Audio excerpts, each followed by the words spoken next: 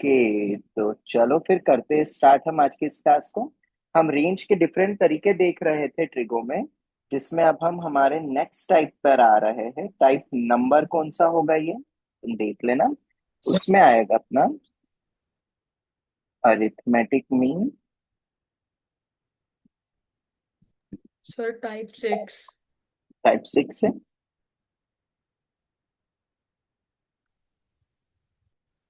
ठीक है, इसका नाम है M GM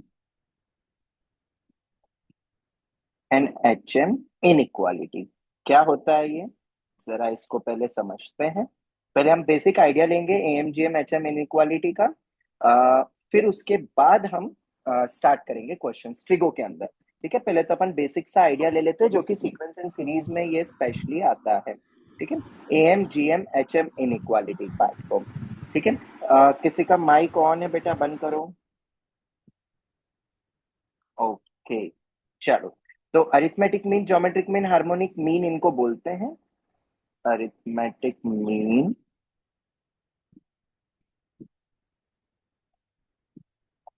greater than equal to, ये कहां से आया वो भी हम देखेंगे। Geometric mean greater than equal to harmonic mean.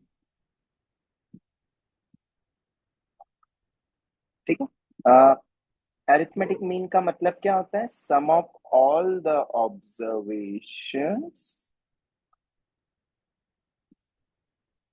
Upon total number of observation, यही होता है अपना mean. Is greater than equal to, geometric mean का मतलब होता है सभी इनपुट्स का प्रोडक्ट की पावर में 1/n is greater than equal to harmonic mean n upon 1/x1 plus 1/x2 plus 1/xn। ये होता है हमारा M GM and HM.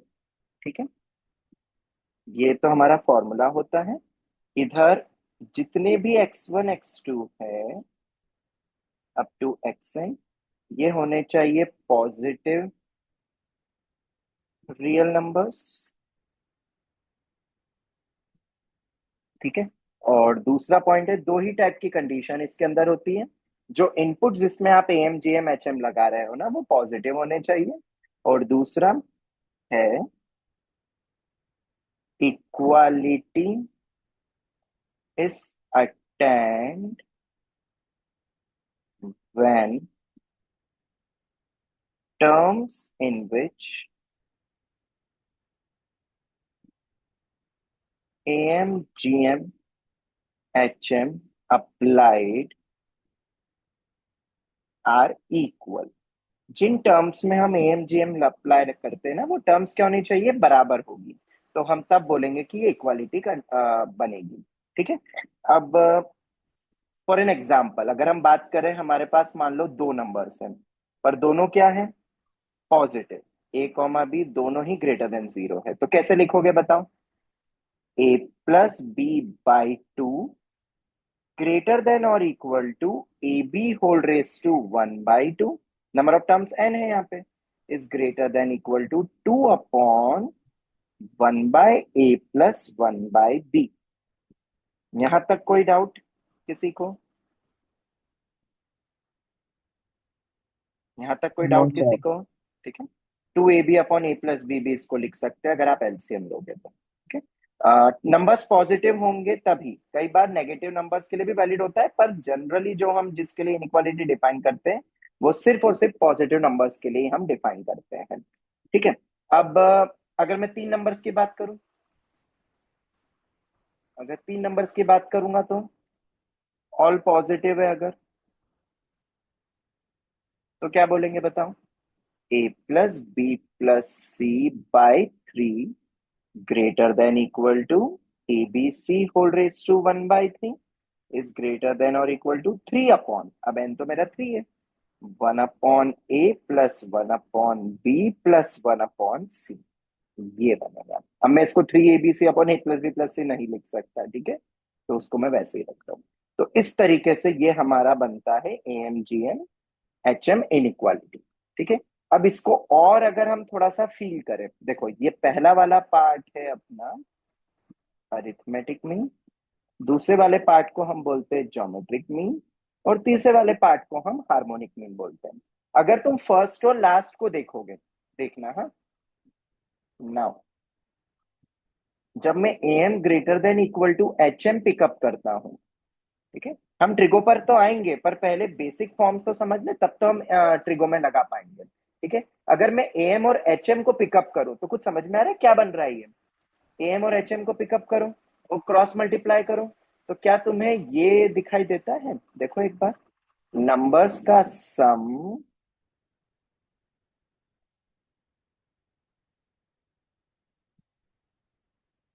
Into उनके रेसिप्रोकल का सम इज ग्रेटर देन और इक्वल टू एन स्क्वायर।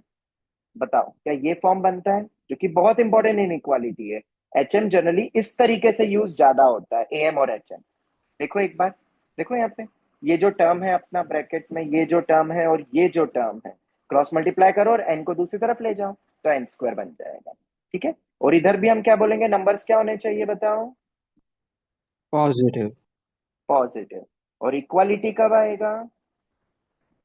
जब सभी नंबर्स जिसमें तुमने ए एम और एच एम लगाया है वो सब क्या होने चाहिए, बराबर। दिस आर द कंडीशंस, ठीक है, जो तुम्हें याद रखना है। तो ए एम एच एम हो गया, नॉर्मली दो नंबर्स में कैसे लगाते हैं, तीन नंबर्स में कैसे लगाते हैं, ये हो गया, ये तो बेसिक फंडामेंटल हो गया।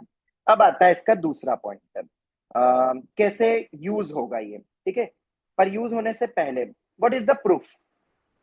अब मैं बहुत डेप्थ में तो नहीं बता रहा हूं, हम सीक्वेंस एंड सीरीज में देखेंगे। अभी सिर्फ मैं एक छोटा सा प्रूफ तुम्हें बताता हूँ लॉजिकली कि how A M is greater than equal to G M. Sir, हाँ बेटा बोलो। यहाँ पर इक्वालिटी का मतलब क्या है? बेटा अभी जब क्वेश्चन देखे ना समझ में आ जाएगा। ये इक्वालिटी अपन लेते हैं ना, ग्रेटर देन, मैंने लिखा A greater than equal to 4, तो yes A sir. Equal to 4 कब होगा मिनिमम वैल्यू? जब वो टर्म्स बराबर होगी। जब बराबर करो ना, एक बार सबको इक्वल कर दो। इधर देखो, चलो जैसे इधर देखो, ए इक्वल टू बी कर दो, देखो तीनों चीज बराबर हो रही है। One equal greater than equal to one, greater than equal to one. तो इक्वालिटी कब आती है? जब टर्म्स इक्वल होती है। इधर भी रख के देख लो, सबको वन इक्वल कर दो, X one equal to X two, X one equal to X two up to X N, सबको बराबर करो, देखो तीनों बराबर हो जाएंगे। वन कितना आ जाएगा, N times of X N upon में एक्स एन, वो हो गया। एक्स एन ही बचा या एक्स वन बचा है, दूसरे में भी देख लो वही आ रहा है, तीसरे में भी वही आ रहा है। ठीक है, चलो अब अपने पर आता है नेक्स्ट पॉइंट, आता है लॉजिकल पॉइंट कि इसका प्रूफ क्या है। A M greater than equal to G M अगर अपन बात करें, अगर मैं टू नंबर्स की बात करूं, दो नंबर्स अगर मैं लेता हूं, ए और बी, कोई बता सकता है इसका प्रूफ क्या बनेगा दो नंबर्स का? बहुत इजी है, पता है क्या है? ये देखो एनसीईआरटी ने क्या दिया, पहले मैं वो बताता हूँ फिर इसको जनरलाइज करेंगे। ए माइनस बी का होल स्क्वायर क्या greater than equal to zero होगा? ए और बी को मैं पॉजिटिव ले रहा हूँ, ठीक है, मुझे बताओ ए माइनस बी का होल स्क्वायर पक्का greater than equal to zero होगा ना? Yes yes sir. ठीक है, तो इसका मतलब A square plus B square. अच्छा अगर ये ट्रू है तो हम ये भी बोल सकते हैं root A minus root B का whole square is also greater than zero. ऊपर वाले लेने के बजाय अपन ये वाला ले लेते हैं, ये भी करेक्ट है, मैंने पहले ही बोल दिया पॉजिटिव है तो कोई दिक्कत होगी ही नहीं। ठीक है, तो इसको एक्सपांड करो जरा, कितना आएगा, a plus b minus two root a b greater than equal to zero. I hope सबको प्रूफ समझ आ गया होगा, बस इसको डिवाइड कर दो, तो a plus b by two greater than equal to under root of a b, ये फॉर्म बन गया। ठीक है, कोई डाउट? इतने पार्ट में किसी को कोई डाउट? और शायद इसी को तो अपन बोलते हैं दो नंबर्स का अरिथमेटिक मीन, ज्योमेट्रिक मीन। ये देखो यहाँ लिखा हुआ, ठीक है। इन जनरल अपन बाद में देखेंगे, बस अभी थोड़ा सा आइडिया ले रहे हैं अपन, ठीक है। ये एक हुआ proof number one, method number one, ठीक है। उसी तरीके से एक और मेथड हम देखते हैं जिसको तुम बहुत इजीली जनरलाइज भी कर लोगे। नंबर्स को मैंने पॉजिटिव बोला है। अच्छा मैं तुमसे एक प्रश्न पूछता हूँ, ऐसा कौन सा फंक्शन अभी तक हमने देखा है जिसमें इनपुट पॉजिटिव होता है? Think of any function whose input is always log. positive. Log. log. Rhythm. चलो बहुत बढ़िया, log. अब देखो हम कैसे डिफाइन करते हैं, इसका कुछ अलग तरीके का प्रूफ है, पर मजा आएगा तुम्हें समझने में, ठीक है। मैं ln x ले रहा हूं विद बेस ई, तो मैं सब सभी को पता होगा कि x must be greater then 0। यही क्यों लिया, क्योंकि इनपुट पॉजिटिव के लिए हम डिफाइन करते हैं, ठीक है। अब देखना, हाँ, एएमजीएम बहुत अच्छे से प्रूफ हो सकता है इस तरीके से। हमें वैल्यू लेनी पड़ेगी, पहले तो ग्राफ बना लेते हैं लॉग का। ये ग्राफिकल प्रूफ बता रहा हूं कि एएम क्यों बड़ा होना चाहिए या बराबर होना चाहिए जीएम से। ये मेरा लॉग का ग्राफ ऐसे ही होता है ना, लॉग का graph. Yes sir. Yes sir. ये 1 हो गया, Yes, इस पे sir. 0 होता है। अब इस पे कोई भी 2 पॉइंट्स पिकअप करो, कोई भी 2 पॉइंट्स पिकअप करो, एक मैंने ये लिया और एक मैंने ये लिया, ठीक है। इसको मैंने ज्वाइन किया, तो क्या ऐसे ही कुछ बनेगा ना फिगर। Yes sir. अब मैंने ये पॉइंट को बोल दिया x1, तो ये पॉइंट बताओगे कितना होगा, कोऑर्डिनेट्स बता सकते हो, x1 comma ln x1। Yes sir. ऐसे ही Yes. मैंने दूसरा पॉइंट लिया x2, उसके कोऑर्डिनेट्स क्या होंगे बताओ, x2 comma x2 ln comma x2। ln x2। मेरे ख्याल से यहां तक तो किसी को भी दिक्कत नहीं होगी। अब देखना, बहुत इजी प्रूफ है और ये तुम भी सोच सकते थे, उतना टफ था नहीं। इसी को आगे जाके हमारी नेक्स्ट जब एडवांस क्लास आएगी ना, तब हम एक और तरीका देखेंगे रेंज निकालने का, जिसका नाम है जेनसन इनइक्वालिटी। तब तुम्हें ये वाला कॉन्सेप्ट और अच्छे से समझ में आएगा, पर अभी मैं इसको वर्ड को यूज नहीं कर रहा हूं, हम नॉर्मल लॉजिक लगा रहे, देखो कैसे बनेगा, ठीक है। मुझे एक बात बताओ, किसी एक लाइन का ये जो 2 पॉइंट है ना, इसका मीन किधर आएगा। इस लाइन का मीन इधर ही आएगा कहीं पे, मीन बाहर आ सकता है क्या। इस लाइन का मीन तो यहीं पर ही आएगा। और जरा उस मीन वाले पॉइंट का कोऑर्डिनेट्स बताओगे, किसी को आता है मीन निकालना, 2 पॉइंट का मिड पॉइंट निकालना। मैं मिड पॉइंट की बात कर रहा हूं, कितना होगा बताओ, हाँ, x1 plus x x2 plus by two x2 ln x2 ln plus ln x2 x1 by 2। Plus plus ln ln x2 by x2। 2। चलो, वेरी गुड, बहुत बढ़िया, सभी ने परफेक्टली करेक्ट बताया। तो अब जरा मुझे एक बात बताओ, अगर मैं इस लाइन को एक्सटेंड करूं, ऑब्वियसली लाइन इस कर्व के अंदर ही है, ये तो सबको पता है। ये पॉइंट के कोऑर्डिनेट्स बता सकता है कोई, ये पॉइंट के कोऑर्डिनेट्स दिमाग लगाओ, ये कर्व पर है, तो इसका x कोऑर्डिनेट तो मेरे ख्याल से यही होगा, x1 plus x2 by two. Agreed और नॉट। इसका y कोऑर्डिनेट क्या बनेगा बताओ, थोड़ा सा दिमाग लगाओ, ln of x1 plus x2 by two. Agree करते हो सब। मैंने क्या किया, जैसे तुमने x1 से ln x1 बोला, x2 से ln x2 बोला, ऐसे इनपुट में रखो, चलो x1 plus x2 by to इसके अंदर रखो, तो क्या बनेगा, ln of x1 plus x2 by. तो सर ये क्या निकला था, अरे ये तो मिड पॉइंट फॉर्मूला, 10th में शायद सब हर कोई मिड पॉइंट फॉर्मूला तो पढ़ के आता ही है। ऑलराइट, अब बताओ मुझे इस फिगर को देखते हुए तुम्हें क्या एक चीज नोटिस हो रही है, बताओ जरा कौन सी चीज नोटिस हो रही है,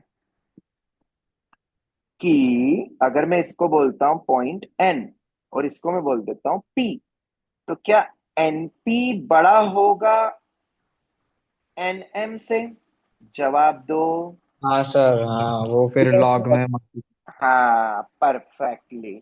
अब एनपी की वैल्यू बताओ कितनी होगी, ln of x1 plus x2 by to. ये ग्राफिकल प्रूफ है, ओके, एएमजीएम का। अभी इसको देखो कैसे जनरलाइज करेंगे, क्योंकि ये जो अपन ने ऊपर लिखा ना, ये तो सिर्फ 2 नंबर के लिए अच्छा लगता है, एन नंबर के लिए कैसे प्रूव करेंगे, तो वो ग्राफिकल वे तो देखो कितना इजी है, बाकी अपन सीक्वेंस सीरीज में तो देखेंगे ही बाद में। ये वैल्यू पक्का बड़ी होगी किससे, एनएम से। एनएम कितना है, ln x1 plus ln x2 whole upon two, ठीक है।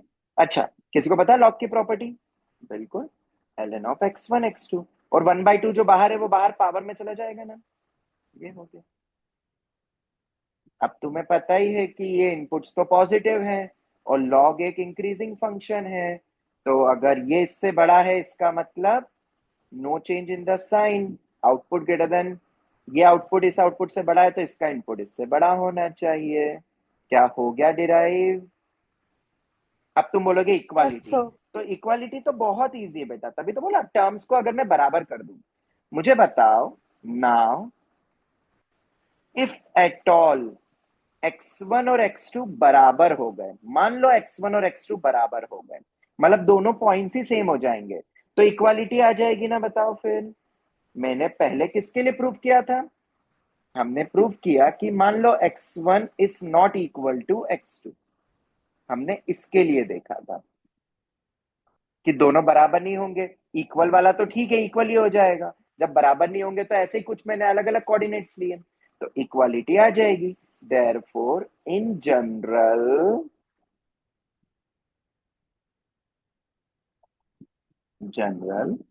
x1 plus x2 by 2 is greater. अगर डिस्टिंक्ट होंगे तो इक्वालिटी नहीं आएगी। ओके, x1 x2 की पावर 1/2।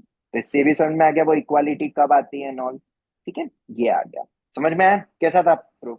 बढ़िया था। क्या तुम इसी लॉजिक को एन इनपुट्स के लिए कर सकते हो? चलो मैं एक और के लिए बताता हूँ, एक और के लिए बताता हूँ। एन के लिए तुम खुद ट्राई करना, फिर एक और प्रूफ देखते हैं। और देखो, इसीलिए ग्राफ्स इंपॉर्टेंट होते हैं। ये मेरा लॉग का ग्राफ वंस अगेन। अब मैं 3 इनपुट्स ले रहा हूं, तीनों डिस्टिंक्ट है। ओके, एक ये ले लिया, एक ये ले लिया, एक ये ले लिया। लॉग का ग्राफ कैसे सोचा वो तो तुमने ही मुझे बताया कि इनपुट पॉजिटिव वाला ऐसा कौन सा ग्राफ हो सकता है। ये लिया, ये लिया। थोड़ा अच्छे से बनाया क्या इसको? रुको,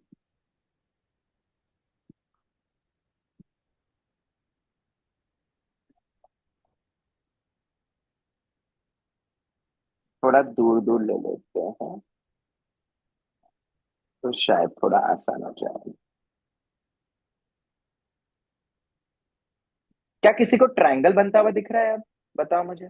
Yes, sir. Yes, sir. ये मेरा x1 है, ये मेरा x2 है, ये मेरा x3 है। अब तुम्हें शायद एक पॉइंट तो पता होगा, नहीं पता है तो मैं बता देता हूँ। किसी भी ट्रायंगल का जो मीन होता है ना, mean, mean point, centre point बात करो या मीन पॉइंट बात करो, जिसको तुम 3 पॉइंट्स के लिए सेंट्रॉइड वर्ड बोलते हो, if I am not wrong. 4 के लिए मीन हो जाएगा बाय 4, ऐसे 5 के लिए बाय 5 हो जाएगा। तो वो जो सेंट्रॉइड या मीन पॉइंट, जैसा अगर मैं यहाँ पे बात करूं, तो क्या ये सबको पता है कि वो इनसाइड द ट्रायंगल ही होगा? ये पता है हाँ सबको? सर। ये तो शायद यस पता सर। होगा, सेंट्रॉइड हमेशा इनसाइड द ट्रायंगल होता है। सेंट्रॉइड नहीं पता है, कोई बात नहीं, मीन की बात कर लो। तो जैसे अपन 2 के लिए देखते हैं ना, वैसे ही 3 के लिए जो अपन बोलेंगे, तो वो पॉइंट कौन सा हो जाएगा? अगर ये x1 है, ये x2 है, ये x3 है, तो ये अपना सेंट्रॉइड पॉइंट की हम बात कर रहे हैं, मीन पॉइंट की बात कर रहे हैं। मीन पॉइंट हमेशा पॉलीगॉन के अंदर लाई करेगा, अगर वो कॉन्वेक्स पॉलीगॉन है तो। जरा फटाफट बताओ कितना आ जाएगा इसका सेंट्रॉइड, दैट इज मीन। बताओ। x1 plus one x2 plus plus x two plus x x3 three by three by 3। शायद ये सबने पढ़ा होगा, इतना बेसिक पार्ट तो सबको पता होगा। या मीन की तो बात कर रहे हैं अपन, मीन तो लिख ही सकते हो at least. ln x1 plus ln x2 plus ln x3, ये y हो गया बाई 3। ये आ गया। आई होप तुम समझ गए होगे प्रूफ क्या होने वाला है। कोई समझा इसका प्रूफ? इसको एक्सटेंड करेंगे अब अपन। ठीक है, यस जैसे सर। पिछले में किया था यस। बिल्कुल सेम यहाँ भी हो जाएगा। ये n, ये m और ये p। फिर से अगेन, मैं पूरा सॉल्व नहीं करूंगा, ये तुम ट्राई करना अब। mn, mn क्या पहले बोले लेते, pn is greater then mn। अभी मैं अज्यूम क्या कर रहा हूं? अज्यूम कर रहा हूं कि x1 x2 x3 अनइक्वल है, डिस्टिंक्ट है, उसमें बात कर रहे हैं। जब तीनों ही सेम हो जाएंगे तो फिर तो सेम ही हो जाएगा, वहीं पर ही कर पे ही आ जाएगा। अब बताओ कि पी पॉइंट के कोऑर्डिनेट कितने होंगे? पी पॉइंट के कोऑर्डिनेट कोई बता सकता है? इनपुट तो मैं बता देता हूँ, x1 plus x2 plus x3 by 3, यही तो है। पर इसका y कोऑर्डिनेट क्या होगा? इस इनपुट को y equal to L N sir X में रख ln दो। x1 plus x2 plus x3 divide by 3। x1 plus x2 plus x3 by 3, ये रख दिया हमने इनपुट। ये है मेरा पॉइंट P। अब ये पॉइंट आ गया अपने पास, और एम पॉइंट अपने को पता ही है। एम पॉइंट क्या है? ये रहा मेरा एम पॉइंट। अब तो तुम y कोऑर्डिनेट दोनों को इक्वेट करो और ये कर लो, तुम हो जाएगा। तो ऐसे ही सिमिलरली, क्या हम n इनपुट्स के लिए कर सकते हैं, n पॉइंट्स के लिए डिराइव कर सकते हैं ना? बताओ जरा। क्योंकि यस मीन सर। हमेशा इनसाइड द पॉलीगॉन ही होता है। 4 लोग हैं तो बाय 4, 5 लोग हैं तो बाय 5 एंड सो ऑन। ये होता है प्रूफ। आई होप तुम्हें मजा आया होगा इस लॉजिक से। ठीक है, बाकी हम डेप्थ में बाद में देखेंगे, पर क्योंकि एडवांस क्लास है तो मैं चाह रहा था कि कुछ एक्स्ट्रा चीज भी तुम्हें पता चले। ठीक है, और ये हमने ग्राफिकल प्रूफ देखा है एएमजीएम का।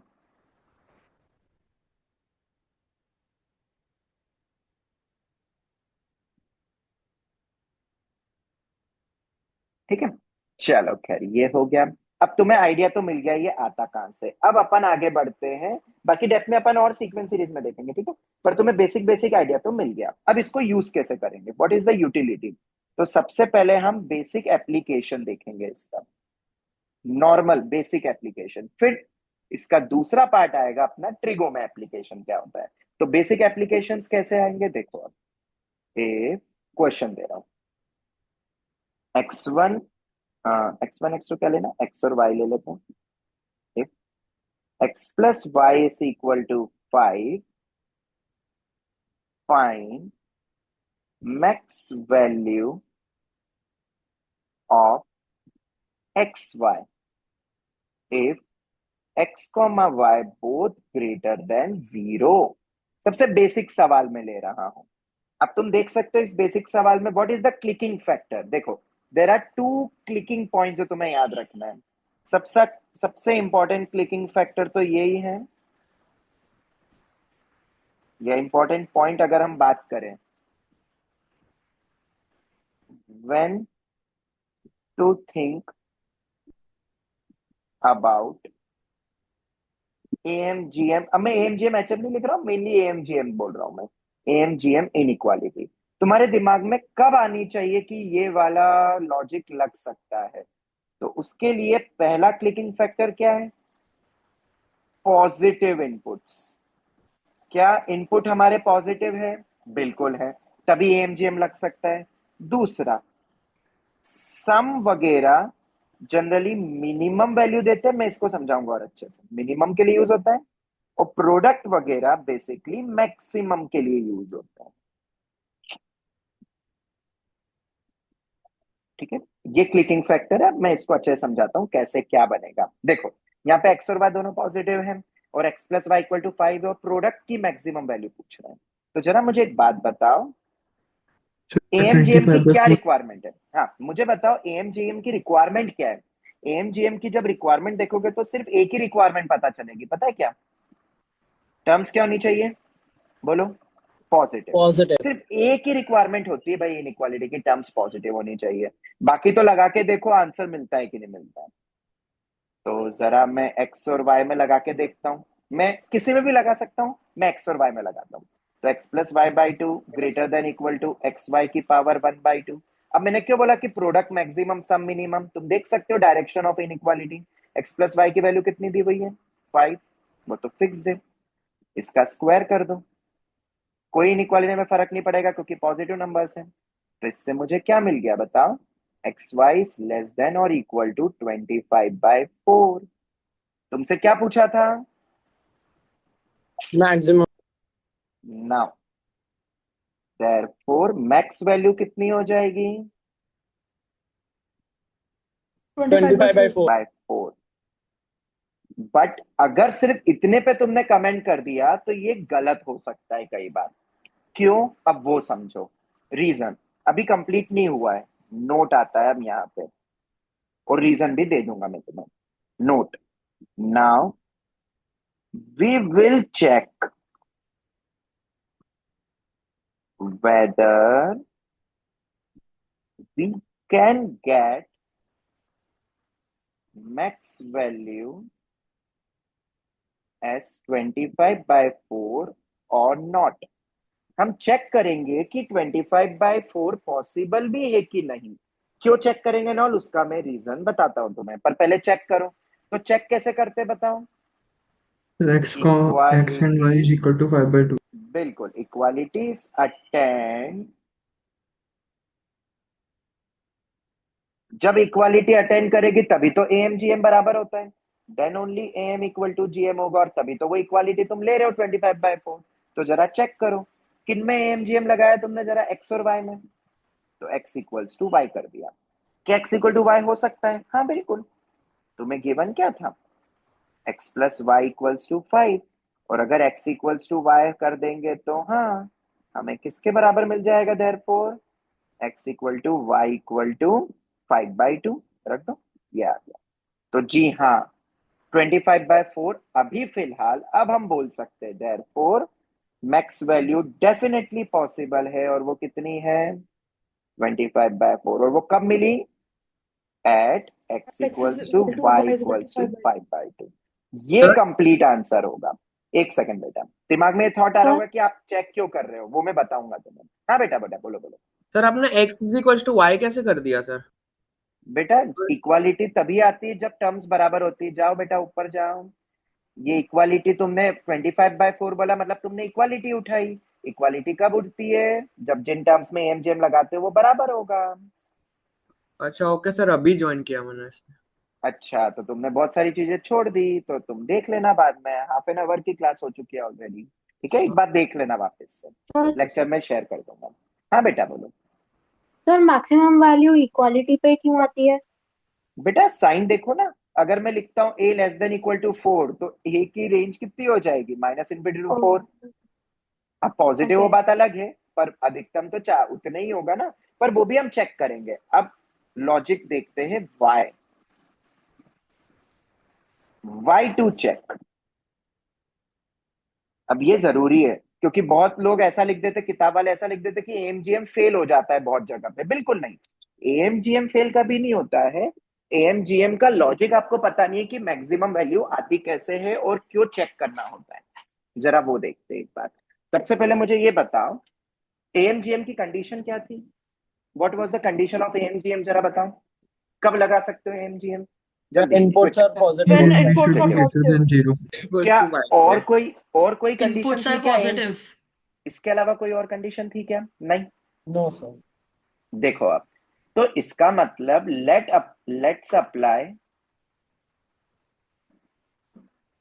एएमजीएम इन, मान लो मैंने नंबर ले लिए 2 और 8, मैं 2 और 8 में एएमजीएम लगाना चाहता हूं, लगा सकता हूं ना इन नंबर पे भी? कोई दिक्कत है क्या किसी को? नहीं, No, sir. बिल्कुल लगा सकते हैं। तो चलो लगाते हैं। 2 + 8/2 greater than equal to 2 × 8 whole raise to 1/2। तो कितना हो गया ये 5 ग्रेटर देन इक्वल टू 4। क्या ये करेक्ट है? यस करेक्ट है, Yes. कोई दिक्कत नहीं है। और अभी हमने ग्राफिकल प्रूफ भी देखा और हमने सर मैथमेटिकल इसमें भी देखा था इक्वल 2 टू नंबर प्लस का। साइन कैसे? बेटा तुम्हें एक बार स्टार्टिंग के फंडामेंटल्स पढ़ने पड़ेंगे। हम ऐसा लिख सकते हैं, क्या ये स्टेटमेंट करेक्ट है? बिल्कुल सही है, क्योंकि वो और होता है। अगर तुमने स्टार्टिंग की क्लासेस अटेंड करी होगी तो मैंने बताया है 5 greater than equal to 4 correct statement होता है ना। यस बाकियों को सर। याद है? ये चीज हमने पढ़ी Yes, हुई है sir. बेटा स्टार्टिंग में, क्योंकि हम और बोलते हैं 5 या तो 4 के बराबर है या 4 से बड़ा है, तो ऑब्वियसली 4 से बड़ा है, तो हम इक्वालिटी लेते हैं। ऐसे ही मैंने कभी ऐसा लिख दिया 4 ग्रेटर देन इक्वल टू 4, क्या स्टेटमेंट करेक्ट है? बिल्कुल है। Yes, sir. 10 greater than equal to 6, बिल्कुल करेक्ट है। 5 लेस देन इक्वल टू 10, ये भी करेक्ट है। 5 लेस देन इक्वल टू 5, ये भी करेक्ट है। Correct. याद रखना ये फंडामेंटल्स में बताया हुआ था, मतलब एएमजीएम में कुछ भी गलत नहीं था, एएमजीएम परफेक्ट है। ठीक है, बट अब यहीं से तुम्हें एक चीज पता चल गई होगी। क्या मैं ऐसा बोल सकता हूँ 5 की मिनिमम वैल्यू 4 है या 4 की मैक्सिमम वैल्यू 5 है? ऐसा बोल सकते हैं? No, sir. Yes, sir. would it imply that min value of 5 is 4? क्या बात कर रहे हो? या ऐसा बोलूं मैक्स वैल्यू ऑफ 4 इज 5? क्या ऐसा बोल सकते हैं? नहीं। ठीक है, तो एएमजीएम तो सिर्फ पॉजिटिव नंबर्स में लगता है, बस इतना तुम्हें ध्यान रखना है। पर इक्वालिटी अगर आप पिकअप कर रहे हो तो आपको चेक करना पड़ेगा, ठीक है, कि वो टर्म्स बराबर हो भी सकती है कि नहीं। अब यहां तो तुम्हें पता ही था कि टर्म्स अनइक्वल है। ठीक है, एएमजीएम तो आप हमेशा लगा सकते हो पॉजिटिव में, बट अगर आपने मिनिमम मैक्सिमम पे कमेंट किया तो तुम्हें चेक करना पड़ेगा कि नंबर्स बराबर हो भी सकते हैं कि नहीं। ये तुम्हें ध्यान रखना पड़ेगा बेटा। ठीक है, तो ये चीज भूलना मत। एक मिनट रुको। हाँ ठीक है, अब ये इंपॉर्टेंट है। अब तुम्हें समझ में आ गया कि ऊपर क्यों हमने चेक करा। आज की क्लास के एंड तक हम ऐसे सवालों पर आ जाएंगे जहां ये कंडीशन बहुत जरूरी हो जाएगी।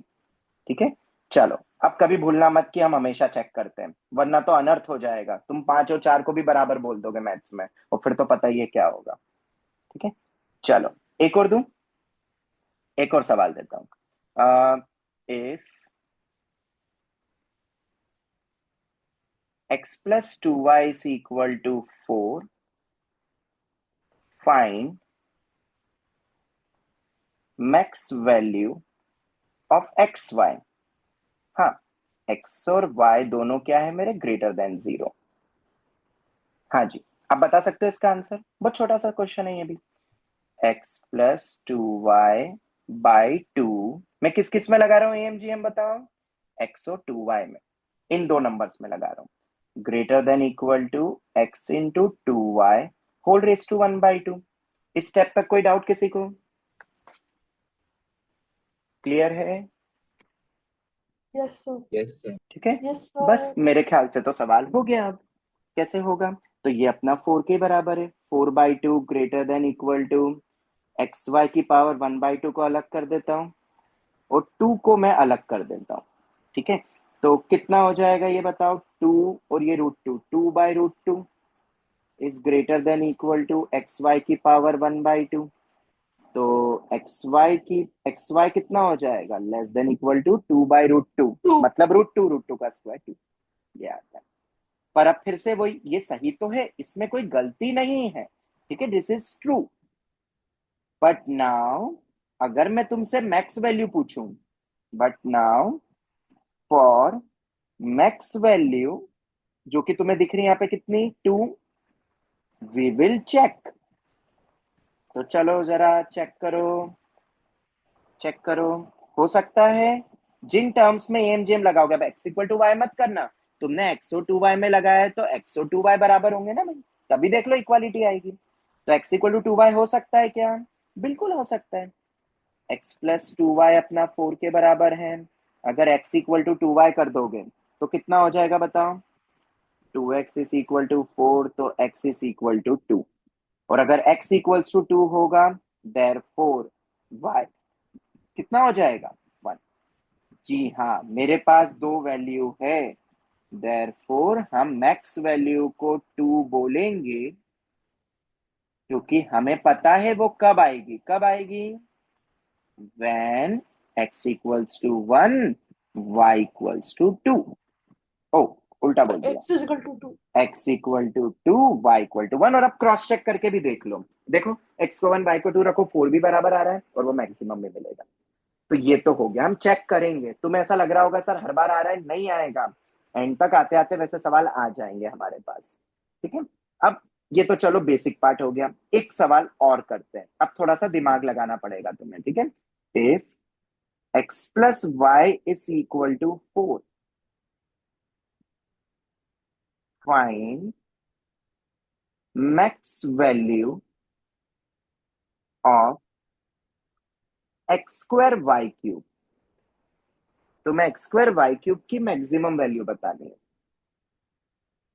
ये कैसे करेंगे, maximum value of x square y cube, अगर x प्लस वाई दिया है तो, हाँ, x और y मेरे दोनों ग्रेटर देन 0। सर पहले हम इंटू वाई की मैक्सिमम फिर उसे होल स्क्वायर कर देंगे, फिर इंटू नहीं वाई नहीं करेंगे। नहीं बेटा, तो वेरिएबल आ जाएगा, बिल्कुल नहीं। x/2 एक फिर जो स्प्लिट थॉट करके जाता लिख है, देंगे x by x two by plus two x और by two. x by two. देखो हाँ। अब आता है अपना मेन पॉइंट। अगर जो नॉर्मल थॉट, अगर रटने वाले बच्चे क्या करेंगे, फिर से वही चीज करेंगे। रटने वाले बच्चों को क्या है, बस एक ही चीज करना है, जो रट लिया वो रट लो और लगा दो।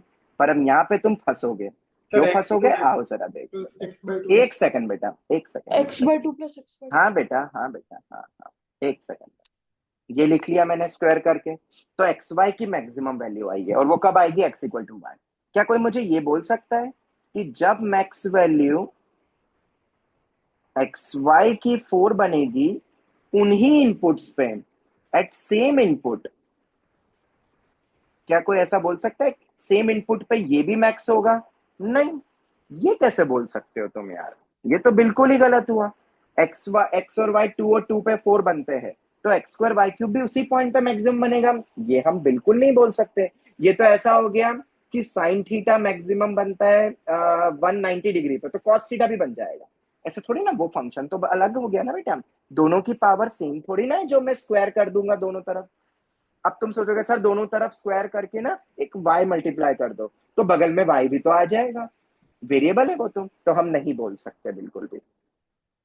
तो अब आता है दूसरा पॉइंट, ठीक है। और तुम्हें याद है मैंने यहाँ पे एक पॉइंट लिखवाया था तुम्हें, कहाँ गया वो पॉइंट, अरे ये रहा, क्लिकिंग फैक्टर। ये है मेरा 1 पॉइंट। क्लिकिंग फैक्टर क्या था? पॉजिटिव होना। वो मिनिमम मैक्सिमम किससे क्या मिलता है? प्रोडक्ट मैक्सिमम की तरफ जाता है। वैसे ही अब हम जाएंगे हमारे क्लिकिंग फैक्टर नंबर 2। ये दो चीज ही मेन है इस पूरे एएमजीएम में। पहले तो आपको क्लिक हो कि एएमजीएम लगेगा, वरना यही क्लिक नहीं होगा, यहाँ एएमजीएम लग रहा है, तो उसके लिए positive was the clicking factor होना। और उसमें भी इक्वालिटी कैसे लेते हैं वो। अब क्लिकिंग फैक्टर 2 पता है क्या है? क्लिकिंग फैक्टर 2 है, सर आंसर कितना, 32? देख लेते हैं बेटा, आंसर देख लेते हैं। AM GM to be applied, to be applied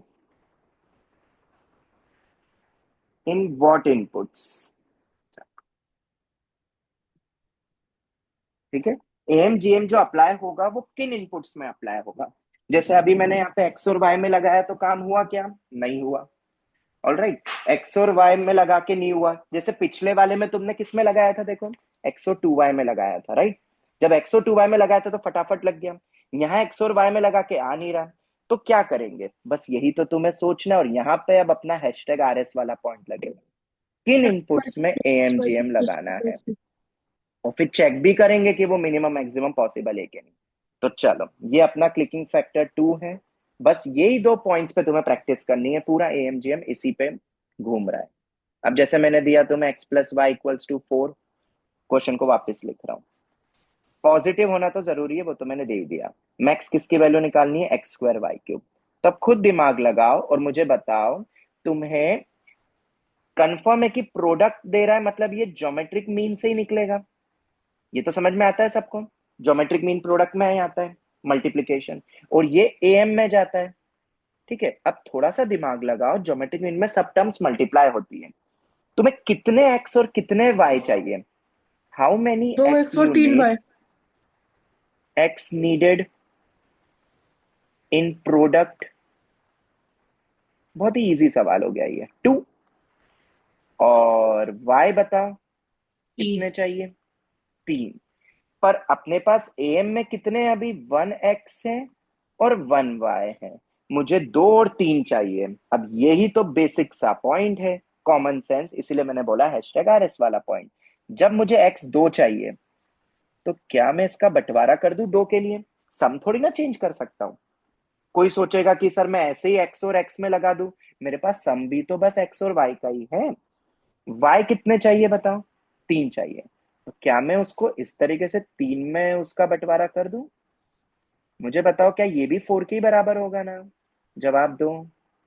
yes sir. तो अब मैं किस में लगाऊंगा? AMGM to be applied in x/2, x/2, y/3, y/3, y/3। इन 5 नंबर्स में मैं एएमजीएम लगाऊंगा। 5 ही क्यों लगाऊंगा? तुम देखो, 2 और 3 मिलके टोटल कितने बनते हैं? 5। अब देखो कैसे सेट हुआ ये, अब ये सोचना पड़ेगा देखो। और इसी की तो प्रैक्टिस करनी है तुम्हें, डायरेक्ट थोड़ी ना कोई पूछेगा तुमसे। x/2 plus x/2 plus y/3 plus y/3 plus y/3, whole upon कितनी टर्म्स में लगाया? 5 नंबर्स में। 5। इन सब का प्रोडक्ट डायरेक्ट लिख रहा हूं, x² y³ अपॉन 2² 3³ की होल पावर में 1/5। ये किसके बराबर दिया हुआ था तुम्हें? 4। 4/5, पावर में 5 भी ले रहा हूँ, सब टर्म्स पॉजिटिव ही है। और इसको 2² 3³ को दूसरी तरफ भेज देता हूँ।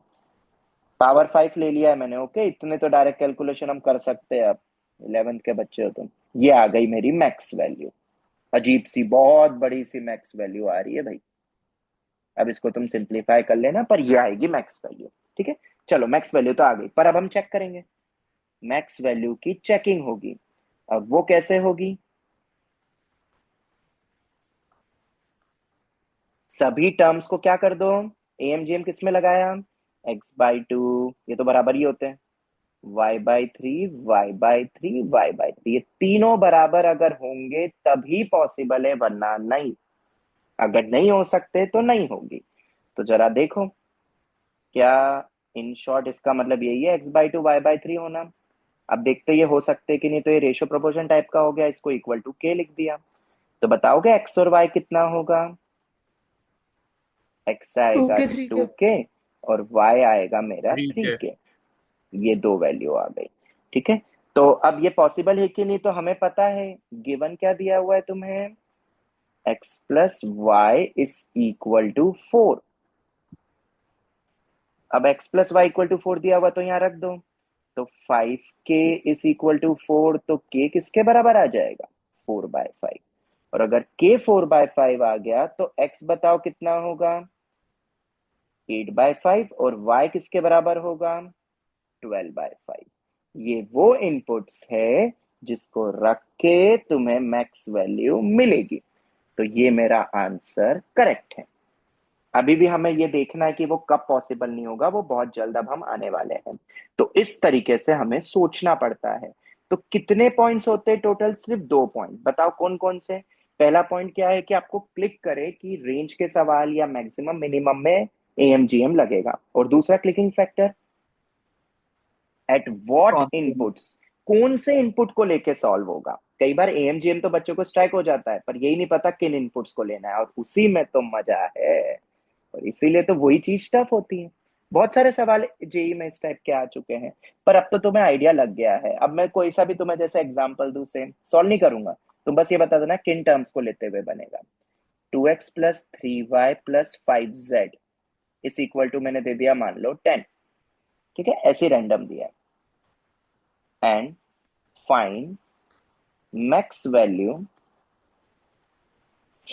ऑफ, मैंने तुमसे पूछा x³ y³ z²। x और y और z तीनों ग्रेटर देन 0। हम सॉल्व नहीं करेंगे, बहुत बड़ा सा आंसर आएगा, बस तुम मुझे ये बता दो किन टर्म्स में लगेगा AM GM. Sir 2x/3 sir 2x/3 six x by 2x/3 three y six y y y और बाई थ्री हाँ प्लस हाँ जेड हाँ हाँ हाँ, 5/3 फाइव बाई 2 5/3 टोटल 8 है ना अपने पास, टोटल 8 है। तो टोटल 8 टर्म्स कैसे लाऊंगा? देखो x 3 चाहिए, तो क्या मैं 2x को 2x/3, 2x/3 और 2x/3 में तोड़ दूं, क्योंकि यस सर। मल्टीप्लिकेशन में। यस और सर। ऐसे y को किस में तोड़ूंगा, वाई बाय थ्री 3y को, 3y/3। 3y/3, 3y/3, 3y/3, ये हो गया। देख लो, सम करके अपना उतना ही आएगा। और z को किस में तोड़ूंगा, 5z/2, 5z/2 5z/2। 5z/2 और अब तुम कर लोगे, ये मैं छोड़ देता हूँ तुम्हारे लिए। अब इस टाइप के तो बेसिक सवाल, मेंस के तो सवाल तुम्हारे हो ही गए, सीक्वेंस सीरीज में वापस नहीं पढ़ाऊंगा मैं फिर ये। ठीक है, चलो ये सब तो हो गया। अब अपन एक लेवल हाई करते हैं। अब जैसे मान लो मैंने ये सवाल पूछा, if x is greater then 0 find minimum value of x+1/x। क्या ये निकाल सकते हो मिनिमम वैल्यू ऑफ x+1/x की? हाँ। अब हमें प्रोडक्ट कुछ नहीं दिया, सिर्फ सम, सम मिनिमम से मिलता है अरिथमेटिक मीन, पर प्रोडक्ट तो दिया ही नहीं है। कोई जरूरत ही नहीं है, क्योंकि यहाँ पे x से इंडिपेंडेंट हो जाएगा। कैसे? x+1/x/2 will be greater than equal to x into 1/x/2। तो कितना आ गया ये, x+1/x इज ग्रेटर देन और इक्वल टू 2। और शायद हमने यही पढ़ा था ना, किसी को याद है एफओएम की क्लासेस? यस सर 2 से इंफिनिटी। 2 से ठीक इंफिनिटी, है, नेगेटिव 2 अब से माइनस नेगेटिव। वो पॉजिटिव में बेटा सिर्फ 2 से इंफिनिटी होता है। और ये कब आएगा 2? ये भी अब हमें पता है, x और 1/x को बराबर कर दो, तो x इक्वल टू 1। वैसे तो +-1 बन रहा है, पर पॉजिटिव है ना x, तो सिर्फ अपन 1 ही लेंगे, x इज ग्रेटर देन 0। अरे वाह, नंबर प्लस उसका रेसिप्रोकल, और ये पॉइंट भी समझ में आ गया। एक और, पर वो इक्वालिटी चेक करते हैं, याद रखना। ठीक है, अभी मैं सवाल पे आऊंगा, तुम्हें पता चलेगा। तो फिर नहीं लगेगा तो हम कोई और मेथड लगाएंगे। ऐसा नहीं कि एमजीएम पॉजिटिव है तो हमें लगाना ही है, मेथड्स और भी होती है रेंज की, यू नो वेरी वेल। चलो, अगर मैं ऐसे पूछूं, अब देखो, अब इसका एप्लीकेशन बताता हूँ। तुम्हें रेंज बतानी है इसकी, y equal to X plus one upon X, और मैंने तुम्हें दिया ही नहीं है पॉजिटिव वगैरह कुछ भी, सिर्फ x plus one upon x की रेंज निकालनी है। माइनस तो बस, इन्फिनिटी से -2 यूनियन 2 से इन्फिनिटी। बिल्कुल बिल्कुल। अब देखो मैं कैसे कर रहा हूँ, ठीक है, केस बनाऊंगा अब यहाँ पे, क्योंकि तुम्हें पॉजिटिव नेगेटिव तो दिया नहीं है। x के बारे में तुम्हें दिया है all real numbers except zero. सिर्फ इतने में आप तो तुम बोलोगे कि एमजीएम तो लग ही नहीं सकता, नहीं नहीं, बिल्कुल लग सकता है। केस बनाऊंगा जब x मेरा ग्रेटर देन जीरो है, देखना। हाँ, अगर x मेरा ग्रेटर देन जीरो है तब तो एमजीएम लगा सकता हूं ना। बिल्कुल, किस में लगा रहा हूं एमजीएम? x और वन बाय एक्स में। अगर x पॉजिटिव है तो x plus one by x भी तो होगा। ग्रेटर देन इक्वल टू, अब उसको तो वन ही लिख दो डायरेक्ट। तो अगर x ग्रेटर देन जीरो होगा तो x plus one by x हमारा greater than equal to two होता है। चलो, बहुत बढ़िया। केस टू भी तो बनाना पड़ेगा, क्योंकि इनपुट तो नेगेटिव भी हो सकता है। अब बताओ मैं क्या करूंगा, एएमजीएम से ही करना है, हम अभी भी कर सकते हैं, देखो जादू। मैं सब्स्टिट्यूशन सब कर रहा हूँ। -x को y मान लेते हैं। बिल्कुल, मैं सब्स्टिट्यूशन करता हूँ। माइनस एक्स को y रख दो, या y को मतलब x को माइनस y रख दो, और x equals to minus Y. उससे क्या होगा x को माइनस y रखने से? मुझे बताओ, अगर x लेस देन जीरो है तो माइनस एक्स क्या होगा? हमेशा ग्रेटर देन जीरो। ठीक है, तो उससे क्या होगा? अब देखो, अब मैं y नहीं रखूंगा क्योंकि y तो ऑलरेडी यूज हो गया, हम t ले लेते हैं। तो मुझे बताओ y क्या बन जाएगा मेरा? Minus T minus one by T. क्या ऐसा लिख सकता हूं मैं? बताओ जल्दी से। और अगर मैं ऐसा लिख सर सकता हूं तो t प्लस अब, 1/t नहीं होगा, बेटा, क्योंकि क्यों इसमें होगा? x लेस देन 0 हो गया ना। अरे बेटा, x को मैंने माइनस टी से सब्स्टिट्यूट किया है, तो मैं वही अच्छा रखूंगा ना। ठीक है ठीक क्या बात कर रहे हो? और t क्या होगा मेरा? Greater than zero. अगर x लेस देन जीरो है तो t मेरा ग्रेटर देन जीरो होगा। अब मुझे बताओ, माइनस टी और माइनस वन बाई टी, क्या ये दोनों नंबर्स पॉजिटिव है? Yes sir. अरे नहीं नेगेटिव। है। नहीं है बिल्कुल सर। पॉजिटिव है, बिल्कुल पॉजिटिव है। होंगे कि नहीं होंगे पॉजिटिव? नहीं बताओ होंगे जरा। नहीं होंगे? सर, t ग्रेटर देन 0 है ना। टी ग्रेटर देन जीरो है तो फिर क्या करे? फिर सर ये तो ऐसे तो होगा ही नहीं। क्या गड़बड़ हो गई? चल, तो अपना अच्छा रहा था, एक्स को माइनस टी कर दिया एंड ऑल। सर वो बताओ जरा। जब हम x जो होगा वो लेस देन 0 होगा तो वो y हो जाएगा -x देखो माइनस वन इधर, अपॉन एक्स देखो हो जाएगा देखो ना। देखो देखो देखो देखो, मैं क्या सर कर रहा हूँ माइनस यहाँ को पे। वन में से नेगेटिव नहीं फॉर्म निकाल में दो, बाद में बिल्कुल add. t plus one by t आ जाएगा। बिल्कुल, क्या मैं इसको ऐसा लिख सकता हूँ? बिल्कुल लिख सकता हूँ। और अब क्या ये वाली एफ एफ मिनट लगा देंगे ना। Now T plus one by T हमें पता है greater than equal to two होता है, क्योंकि टी तो ग्रेटर देन जीरो है। ठीक है, तो minus of T plus one by T कितना होगा बताओ? Less than equal to minus two. और यही तो मेरा y है, less than equal to minus two. Minus को बाहर ही तो निकालना था। तो देयरफॉर रेंज कितनी आ गई इससे? तो माइनस इंफिनिटी से माइनस टू। तो जब x लेस देन जीरो होगा तो ये रेंज होगी, ग्रेटर देन होगा तो वो रेंज होगी, टू से इंफिनिटी। तो इन जनरल कितनी रेंज हो गई? माइनस इंफिनिटी से माइनस टू यूनियन टू से इंफिनिटी। और क्या किसी को ग्राफ याद है इसका? ये तो हमने क्लास में पढ़ा हुआ है, y equal to X plus one upon X का हाँ ग्राफ। कैसा होता था जरा याद कर लेते थोड़ा। कुछ ऐसा था शायद, और ये कुछ ऐसा था। इसका आगे बहुत ज्यादा यूज होने वाला है। ये याद है किसी को? वन ये वन, पॉइंट ये सर। टू, और माइनस ये वन माइनस टू, और माइनस ये टू। Minus one. ये मैंने दोनों ही बैचेस को बताया हुआ है, ये सबको पढ़ाया हुआ है। ये इसका ग्राफ होता है और ये बहुत इंपॉर्टेंट है। आगे जाके इसका बहुत ज्यादा यूज हम करने वाले हैं। ठीक है, graph.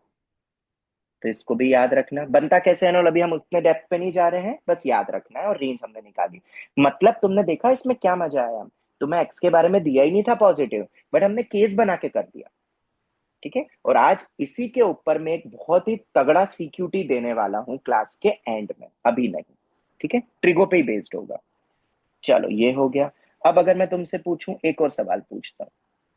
If x is greater then 0, find minimum. बस ये आखिरी सवाल है, अब इसके बाद ट्रिगो वाला पार्ट चालू हो जाएगा। और अब तो वो आराम से समझ जाओगे, लॉजिक तो समझ आ ही गया। Find minimum value of y equal to x plus 2 up, रुको, एक्स स्क्वायर प्लस 2/x।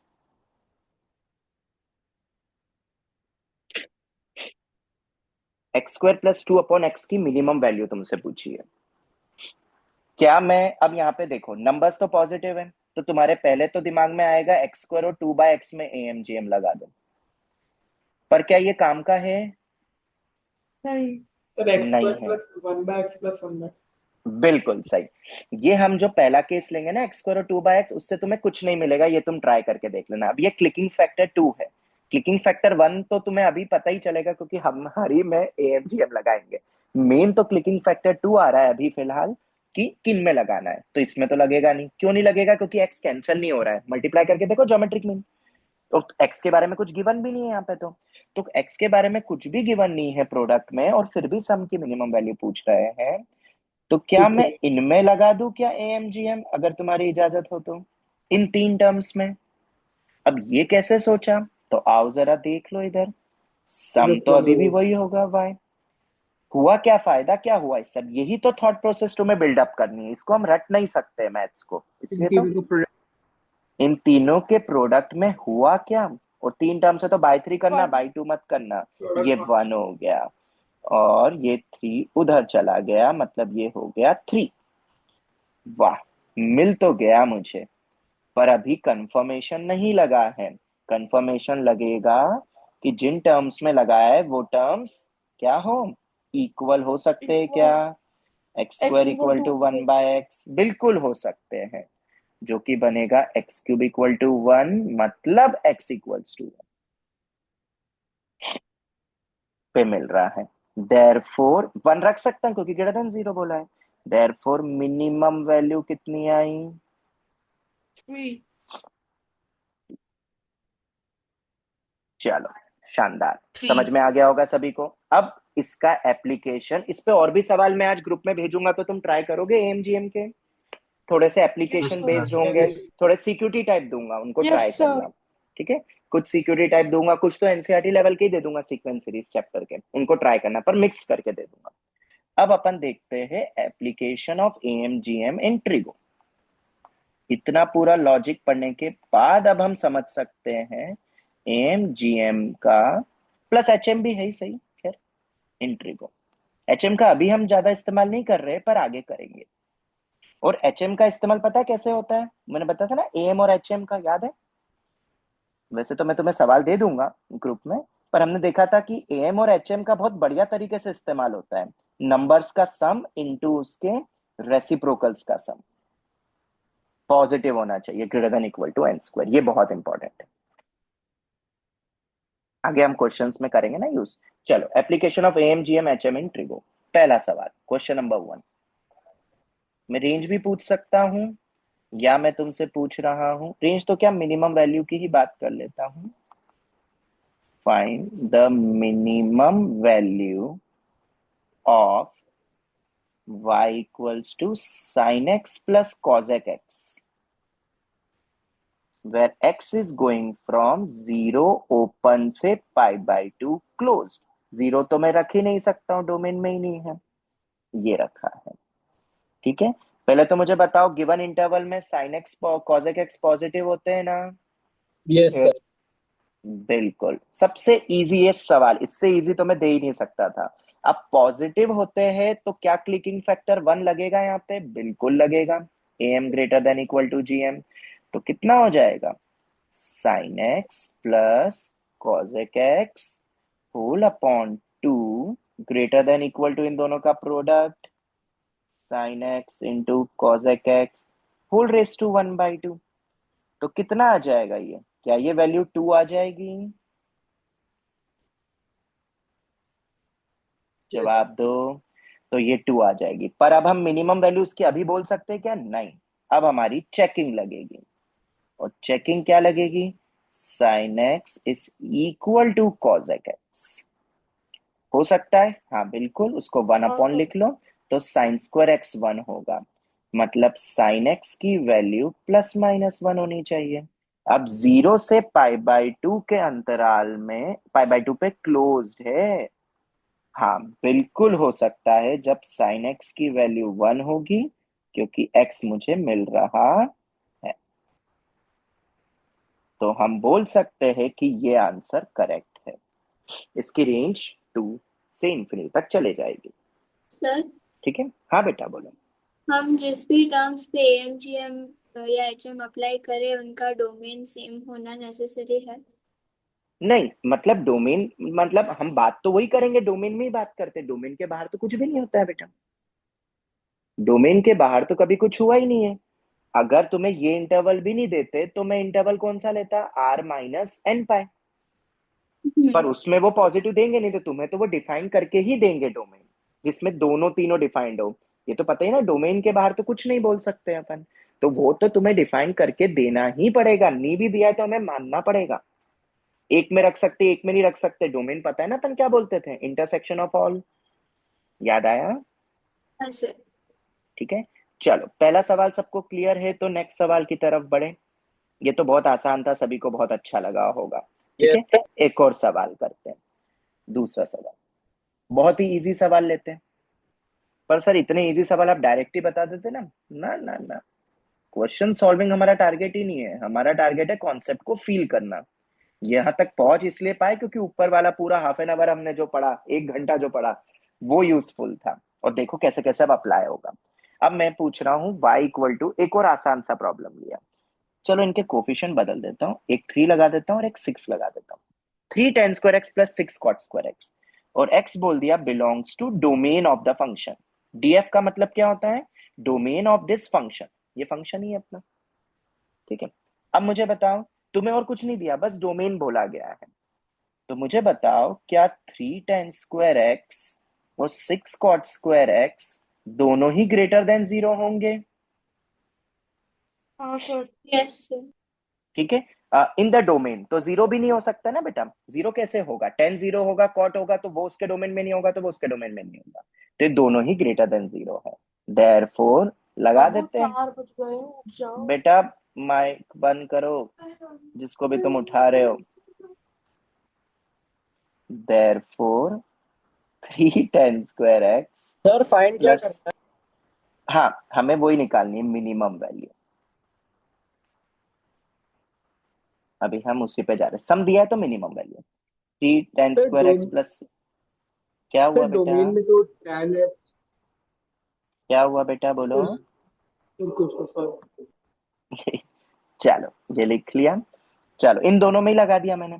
तो ये वैल्यू अपनी y आ गई, greater than equal to 2 times of 10 और cot तो खत्म हो गया। 18 का रूट, 18 का रूट कितना होता है? 3√2। तो y आ गया मेरा ग्रेटर देन इक्वल टू 6√2। और अब y greater than equal to 6√2 आ गया, तो क्या ये मेरा आंसर होगा क्या? आओ जरा चेक करो, क्या ये दोनों टर्म्स बराबर हो सकती हैं? बिल्कुल हो सकती हैं। अब तुम समझ में आ रहा होगा तुम्हें कि अब मैं किन सवालों पे जाने वाला हूँ बहुत जल्द, जहाँ पे बराबर नहीं होगा। तुम देखने वाले हो, अगर तुम थोड़ा भी समझे हो तो देखो 10⁴x किसके बराबर आ जाएगा? 6/3, मतलब 2। हाँ तो बिल्कुल, जब 10x की वैल्यू प्लस माइनस 2⁴ होगी, तब मुझे मिल जाएगा। और ये दोनों ही वैल्यू पॉसिबल है। अब तुम ये मत बोलना जो बच्चे गलत करते हैं, सर 10x तो नेगेटिव नहीं हो सकता। क्यों नहीं हो सकता? बिल्कुल हो सकता है। सर ऐसे कैसे होगा? आपने तो बोला टर्म्स पॉजिटिव। अरे जिन टर्म्स में हम लगाते हैं ना, वो पॉजिटिव होना चाहिए। ये टर्म तो हमेशा पॉजिटिव होगी ना, 10 cot तो नेगेटिव भी हो सकते हैं, तो हम नेगेटिव इनपुट भी ले सकते हैं। ओके, क्योंकि ये टर्म्स पॉजिटिव होगी। ये भी हो गया, कोई दिक्कत नहीं हुई, बहुत बढ़िया लगा होगा तुम्हें। अब आते हैं हम नेक्स्ट सवाल, अब देखते जाना, धीरे धीरे लेवल अब बढ़ता जा रहा है। एक आसान सा सवाल ले लेते हैं, यही ले लेते हैं चलो। Sine x plus cosec x plus 3, ठीक है, ये है। फाइंड मिनिमम वैल्यू अगर x मेरा ओपन 0 से π/2 क्लोज्ड है। अब देखना, हाँ यहाँ पे ट्राई नंबर 1। अब ट्राई नंबर 1 मैं जानबूझ के गलत वाला पहले लिख रहा हूं ताकि तुम्हें मिस्टेक पता चले। क्या हम इन तीनों में ही एएमजीएम लगा देते हो? लगाने को तो लगा ही सकते, तीनों पॉजिटिव है। हाँ तो लगाते हैं जरा, देखना क्या होगा। Sine x plus cosec x plus 3 whole by 3 greater than equal to sine x into cosec x into 3 whole raise to 1/3, 3 into cube root of 3। Sir sine x कभी 3 के इक्वल हो सकता है? अरे बेटा आ रहे, बेटा आ रहे, मैंने बोला ना अभी हमारा ट्राई नंबर 1 है, तुम्हें पहले ही बोला मैंने कि हम पहले गलत वाला देखेंगे क्योंकि हमें कॉन्सेप्ट को पकड़ना है। देखो ये मैंने लिख लिया, तो तुम्हें तो लग तो बहुत अच्छा रहा है, आंसर आ गया, पर अब जरा चेक करो क्या ये पॉसिबल भी है। अब हम उन कंडीशन पर आ गए कि पॉसिबल भी है कि नहीं। Sine x equal to cosec x is equal to 3 कर दिया। Sir not. अच्छा नहीं ये तो पॉसिबल। पहला बोल रहा है साइन एक्स इक्वल्स टू 1 और एक बोल रहा है sine x is equal to 3। अरे बाप रे, ये तो वैसे ही पॉसिबल नहीं है। ये दोनों इक्वल होंगे जब साइन एक्स 1 होगा, और ये दोनों इक्वल होंगे या ये दोनों इक्वल होंगे, पॉसिबल ही नहीं है। तो ये तो पक्का गलत है, तो ट्राई नंबर 1 फेल हुआ। तो क्या हम एएमजीएम नहीं लगा सकते? थोड़ा सा दिमाग लगाओ तो एएमजीएम से आंसर आ सकता है। हाँ हर बार एएमजीएम से आंसर आएगा ऐसा भी नहीं है, फिर तुम्हें दूसरी मेथड ऑप्ट करनी पड़ेगी। अब देखो मैं किस में लगाता हूँ, सिर्फ साइन एक्स और कॉजेक एक्स में मैं एएमजीएम लगाना चाहता हूँ। क्यों सर? अरे ये तो कांस्टेंट है 3, 3 तो अपन एफएफएम मेथड से ऐड कर देंगे ना दोनों तरफ, हम इन दो में भी तो लगा सकते हैं। और ये तुम्हें ऑलरेडी पता है, मैं वापस नहीं बताऊंगा। Sine x plus cosec x is greater than और इक्वल टू 2। अब क्या कर दूं दोनों तरफ? ऐड 3 ऑन बोथ साइड्स, है तो वो कांस्टेंट ही, 3 से थोड़ा ना कोई फर्क पड़ेगा। तो sine x plus cosec x plus 3 greater than equal to 5। Therefore y is greater than equal to 5, और ये कब होगा? At x equals to π/2, 0 से π/2 में बोला था ना ये। तो ये मेरा आंसर होगा। अब तुम देखो, इमेजिन करो, अगर ये तुम चेक नहीं करते ना और दो बच्चे लड़ाई करते हैं, बोलते ले तेरी तो मिनिमम वैल्यू 5 आ रही, मेरी तो 5 से भी कम है। 1.732 इंटू 3 कितना होता है? 1.732 5.1 के इंटू आसपास आएगा 3 सर। होगा। अच्छा ये तो 5.1 के चलो आसपास। और भी बड़ी वैल्यू आई है, कभी कभार छोटी भी आ सकती है sir minimum value. Cube root अरे वो तो क्यूब रूट है। फिर तुमने अक्षत गलत बोला, हमेशा गलत बोलते हो एक बार में। क्यूब रूट कितना होगा वो बताओ? 4.3। क्यूब रूट याद है? 1.44 होता है शायद, देखो एक बार, जितना मुझे याद आ रहा है। और इंटू 3 करूंगा तो 4.3, एक बार तुम चेक कर लेना। हाँ तो फिर वही गोलू और पोलू दो बंदे, एक ने बोला देख मेरा तो मिनिमम 4.3 आया, तेरा तो 5 है, तो तेरा तो पक्का आंसर गलत है। बट फिर वही बात होगी, दोनों लड़ रहे थे, फिर गए किसी तीसरे के पास, तो तीसरे ने क्या बोला कि भाई तेरा 4.3 माना कि तेरी मिनिमम वैल्यू कम है, बट तू ये तो बता कि क्या रख के वो 4.3 आया, तेरे पास कोई ऐसा इनपुट पता है जिससे 4.3 आ रहा है? तो बोलेगा हाँ हाँ पता है ना, रुको मैं बताता हूँ, जब साइन एक्स की वैल्यू 1 होगी और जब साइन एक्स की वैल्यू 3 होगी। है ऐसा हो सकता है? नहीं हो सकता, तो वो गलत हो गया। तो एएम, तो सर एएमजीएम गलत है क्या? नहीं नहीं नहीं, एएमजीएम तो बिल्कुल सही है, ये स्टेटमेंट गलत नहीं है, ये तो ट्रू है। पर तुमने इसकी जब मिनिमम वैल्यू पिकअप करी ना, ये यहां पे गलती हो गई, ये रॉन्ग है। मतलब एएमजीएम गलत नहीं है, एएमजीएम हमेशा वैलिड होता है, पर इक्वालिटी तुमने उठाई तो गड़बड़ है। अब जैसे कि देखो, यही पॉइंट से हमने शुरुआत करी थी शायद, कहाँ गया? वो एग्जाम्पल ये रहा। 2 और 8 में एमजीएम लगा सकते थे, बिल्कुल लगा सकते थे, देखो ना सही आया। पर तुमने 5 को 4 के बराबर बोल दिया मिनिमम वैल्यू, ये गलत तुमने बोला। तो जब आप इक्वालिटी पिकअप कर रहे हो, मिनिमम मैक्सिमम पे कमेंट कर रहे हो ना, तब चेक करना पड़ेगा। इनइक्वालिटी वाइज वो करेक्ट होता है, मिन मैक्स के लिए आपको चेक करना पड़ता है। आई होप ये बेसिक सा फंडा सबको समझ आ गया होगा। और एक और चीज क्या समझ में आई, कि जनरली हम कांस्टेंट के साथ नहीं लगाएंगे एएमजीएम। क्यों? कांस्टेंट के साथ लगाएंगे तो कई बार लोचे हो सकते हैं। तो कांस्टेंट को तो अपन कैसे यूज कर लेंगे? एफएफएम मेथड के थ्रू। जनरली ब्रिंग, क्योंकि वेरिएबल को थोड़ा ऐड कर सकते हैं अपन एफएफएम से, तो हम कांस्टेंट को तो डेफिनेटली बाय एफएफएम हम यूज कर सकते हैं, ताकि कोई दिक्कत नहीं आए। जनरली कई बार कांस्टेंट को भी लेते हैं, वो तो खैर बाद में अपन देखेंगे सीक्वेंशियल में। तो जनरली ब्रिंग कांस्टेंट बाय एफएफएम, और एएमजीएम अप्लाई किसमें करो? वेरिएबल में, वेरिएबल टर्म्स में जनरली लिखा है। हाँ, ये हो गया। अब अगर तुम्हें ये भी अच्छे से समझ में आ गया, तो आओ जरा अब नेक्स्ट सवाल। आराम से दिमाग लगाना, जल्दबाजी मत करना, जल्दबाजी करोगे तो गलत आएगा। ठीक है, सवाल हो तैयार? करे question. Yes. y equal to 18 secant square x plus 8 cos square x, और तुमसे मैं पूछ रहा हूं मिनिमम वैल्यू।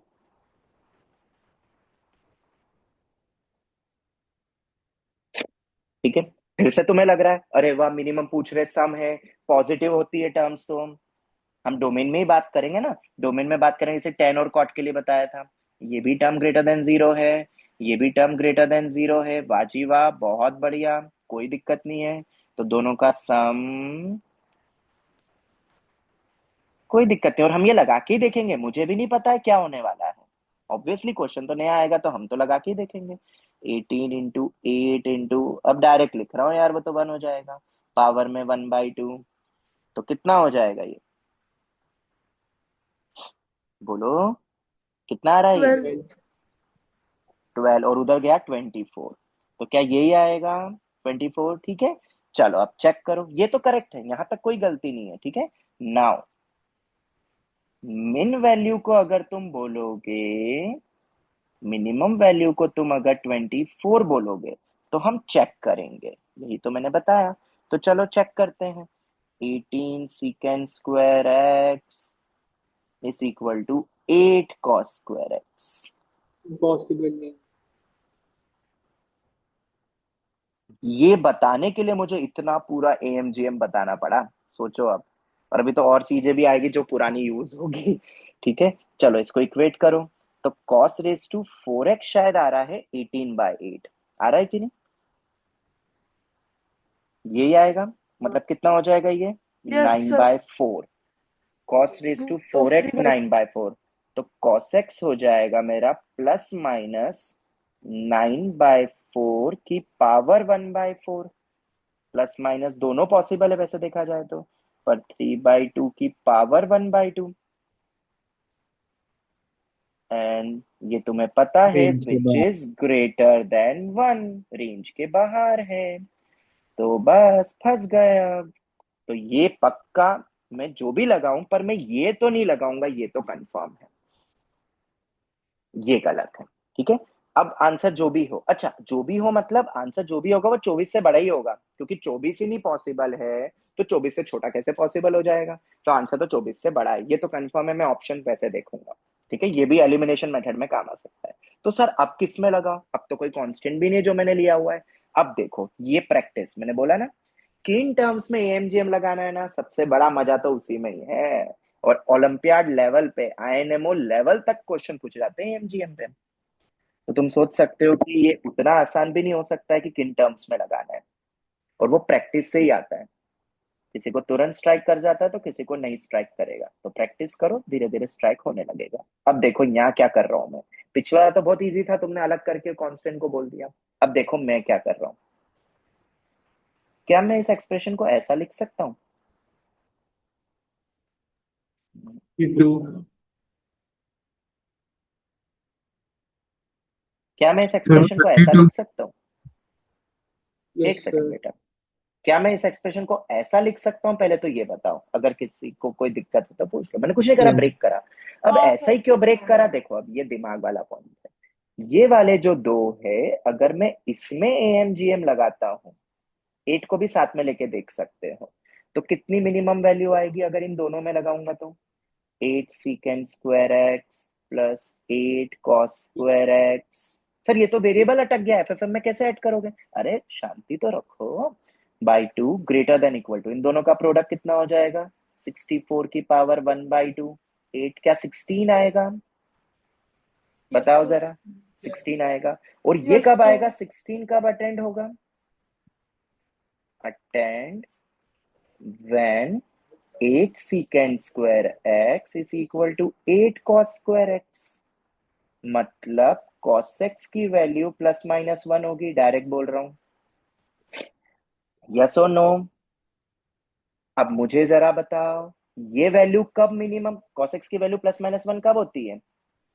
0, पाई, 2 पाई, ब्ला ब्ला ब्ला, बहुत सारे इनपुट्स है, सब में लगा सकता हूँ, सब लगा सकता हूँ क्योंकि टर्म्स तो पॉजिटिव ही है। अब इधर जाओ, 10 सीकेंड स्क्वायर एक्स की तरफ जाओ, ये किस पे मिनिमम बनेगा? ये मिनिमम कब बनता है? सीकेंड स्क्वायर एक्स की वैल्यू होती है हमेशा ग्रेटर देन इक्वल टू 1। तो मिनिमम कब आएगा? जब सीकेंड एक्स इक्वल्स टू 1 होगा। और वो कब होता है? एक्स इक्वल मतलब कॉस एक्स की वैल्यू 1। और कॉस एक्स की वैल्यू 1 मतलब 0, 2 पाई, 4 पाई। कुछ समझ आ रहा है क्या करा हमने? ये दोनों ही मिनिमम सेम इनपुट पे बन सकते हैं। ये मिनिमम की ही तो बात कर रहे थे हम। तो दोनों ही मिनिमम एक ही इनपुट पर आएंगे तो क्या हम ऐड कर सकते हैं? ये मैंने स्टार्टिंग में मॉड में भी बताया था, एक ही इनपुट पे दो चीज मिनिमम बन रही है, तो ओवरऑल हम ऐड कर सकते हैं। Therefore minimum can be added up. Minimum value of both we can add we can add as both can attend at same input। अगर सेम इनपुट नहीं होता तो नहीं कर पाते। देयरफॉर आंसर बोलो अब कितना हो जाएगा मिनिमम? 16 प्लस 10 इंटू 1, तो कितना हो जाएगा? 26, जो कि 24 से बड़ा है। ये मेरा आंसर आ गया। पर हम ऐसे हमेशा ऐड नहीं कर सकते, वो तो पता है ना। फॉर एन एग्जाम्पल मैंने sign x plus cos x भी बोल दिया, दोनों की मिनी मैक्सिमम जैसे उठा ली तुमने, तो 2 हो गया। तो क्या इसकी मैक्सिमम वैल्यू 2 होती है क्या? नहीं, नहीं। क्योंकि सेम इनपुट पे नहीं आती है। अच्छा, पर मैं ऐसा लिख सकता हूँ क्या inequality wise, that sine x plus cos x will be definitely less than 2? ऐसा तो लिख ही सकता हूँ ना। Yes। ये करेक्ट है, पर मैक्स वैल्यू को 2 नहीं बोल सकते, ये भी लिख सकता हूँ। ये भी लिख सकता हूँ ग्रेटर लेस देन और equal to 2। √2 is also less than और इक्वल टू 2, ये भी लिख सकता हूँ। तो ये सही है पर ये गलत है, अब तुम समझ गए होगे। मतलब सर ये तो आपकी किस्मत अच्छी थी जो सेम इनपुट पर आ गया। हाँ तो वही तो प्रैक्टिस से आएगा तुम्हें कि कौन कौन से और किस किस में लगाओ। तो ब्रेक कर दिया मैंने। तो ये तो बहुत स्टैंडर्ड टाइप था जिसमें याद रखना, ठीक है क्यों करा। अब देखो इसी का कोरोलरी वर्जन, इसलिए बोला है मैंने कि रटना मत। जैसे मान लो अगर मैं ये पूछ लेता, खुद ही दिमाग लगाओ, 8 सीकेंड square x plus 18 cos square x. तो पता है अगर ये पूछता ना मैं, तो इसका आंसर पता है क्या होगा? इसका आंसर जो पहले निकाला था वो सही है। सर उससे पॉसिबल था। हाँ, इसमें अगर आप आंसर देखोगे ना, मिन वैल्यू आएगी 24, इसमें आ जाएगी 24, क्योंकि वो अटेंड हो सकता है। तो इस बार तो इन्हीं में लगाएंगे। तो पहले तो हम नॉर्मल में लगाते हैं, जब नहीं मिलता इनपुट तब थोड़ा सा अपन दिमाग लगाएंगे, ब्रेक करके थोड़ा सोचेंगे। अटेंड व्हेन, अब तुम देख लेना किस पे हो रहा है अटेंड, चेक कर लोगे ना वो तो, देख लेना वो तो तुम, ठीक है। चलो क्लियर हो गया, पॉसिबल है ये हो गया। चलो अब हम क्लास के एंडिंग के 2 सवालों पे अब हम आ रहे हैं, आज की क्लास के लास्ट 2 प्रॉब्लम्स। पहला क्वेश्चन है y इक्वल्स टू, तुम्हें रेंज निकालनी है, ठीक है। y equals to under root of, under root भी आ गया है, डरना मत, secant square x plus 9 cos x square x, star mark कर लो। बेसिकली बिट्स मीन्स एक्सपेक्टेड है, मतलब बहुत इजी है, पर वो ये फर्स्ट टाइम तो ये भी क्वेश्चन बहुत अच्छा लगता है। Under root of 16 secant square x plus 9 cos x square x. अब क्या करें, अब क्या करें? तो इसका ट्राई नंबर 1, तुम कहां से स्टार्ट कर सकते हो इसको ट्राई? दोनों टर्म्स पॉजिटिव है, पहला अटेम्प्ट तो तुम यही करोगे ना, बताओ। पर कुछ काम का है ये, ग्रेटर देन इक्वल टू, दोनों का प्रोडक्ट बताओ कितना होगा, का अंडर रूट मैं डायरेक्ट लिखूंगा, बताओ जल्दी से। Sir, 7 to infinity. बेटा आ रहे अपन, बेटा आ रहे आंसर पे आ रहे हैं, पर पहले मुझे बताओ कितना आ रहा है। जीएम लगाओ, इन्हीं दो में मैंने लगा दिया, okay. AM greater than equal to 0, GM. तो 16 इंटू 9 अपॉन में cos square x sine square x whole power में 1/2, मतलब ये कितना हो गया जरा बताओ मुझे।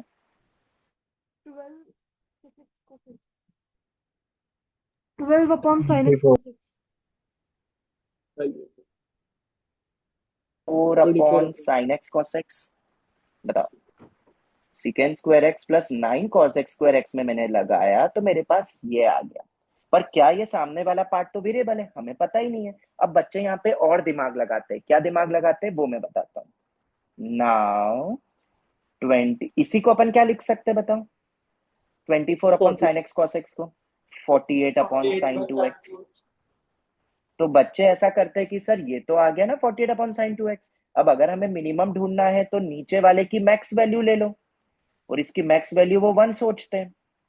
तो अगर इसकी मैक्स वैल्यू 1 रख दी तो ग्रेटर देन इक्वल टू 48 कर देते हैं। तो क्या 48 आंसर सही होगा? अभी हमने रूट तो लिया ही नहीं है, मैं रूट के अंदर की टर्म बोल रहा हूँ। First solve the term place inside root, ठीक है।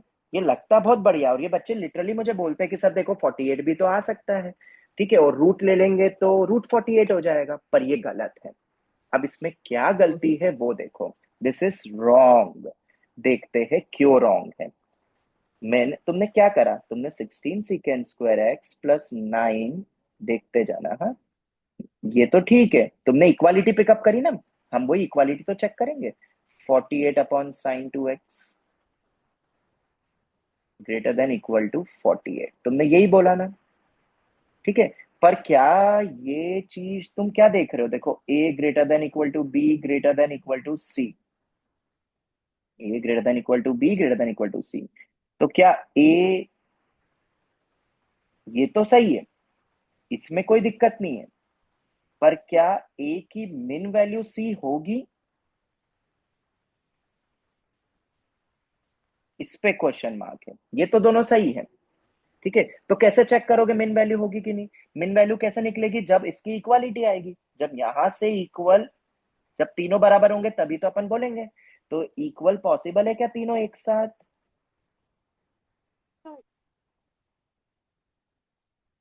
सोच के देखो, क्या ये तीनों इक्वल पॉसिबल है?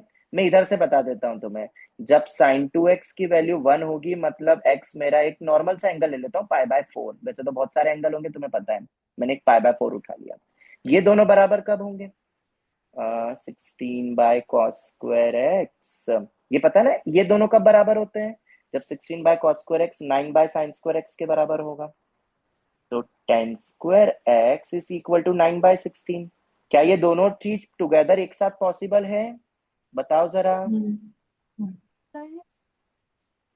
नहीं, ये एक साथ पॉसिबल नहीं है, कभी भी पॉसिबल नहीं है दोनों एक साथ, ये तो तुम्हें भी पता है, ठीक है, दोनों पॉसिबल नहीं है। देयरफॉर ये ट्राई, ये अटेम्प्ट गलत हुआ, ठीक है। मैंने जानबूझ के गलत बताया कि ऐसा हम सोच सकते हैं, पर यहाँ पे ये फंडा वैलिड नहीं हुआ, तुम्हें चेक करना पड़ेगा।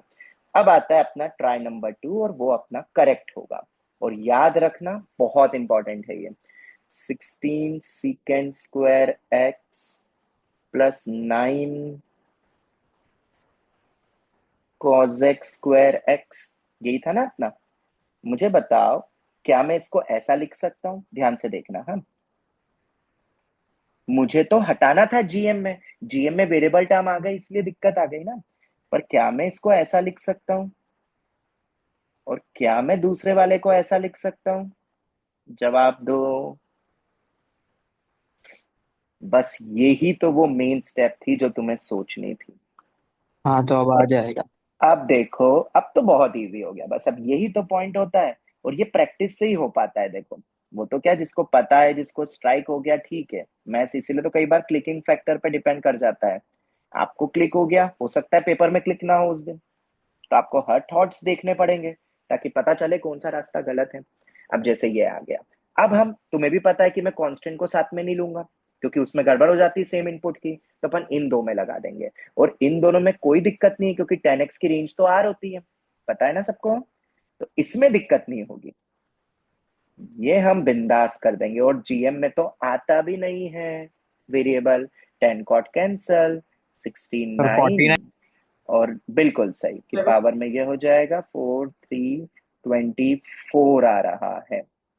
ठीक है, देयरफॉर, और ये बराबर कब होंगे? जब 16 10 square x is equal to 9 cot square x, मतलब 10 रेज टू 4x अपना 9/16, जो कि ऑब्वियसली पॉसिबल है क्योंकि उसकी रेंज होती है 0 से infinity. Possible. Therefore, 25 plus 16 10 square x plus 9 cot square x कितना हो जाएगा? 49 से इंफिनिटी। 7 है। बिल्कुल। Therefore, अंडर रूट ऑफ 25, ओ, अब तो पूरा क्वेश्चन ही लिख देते हैं ना। क्या था अपना? 16 secant स्क्वायर x प्लस 9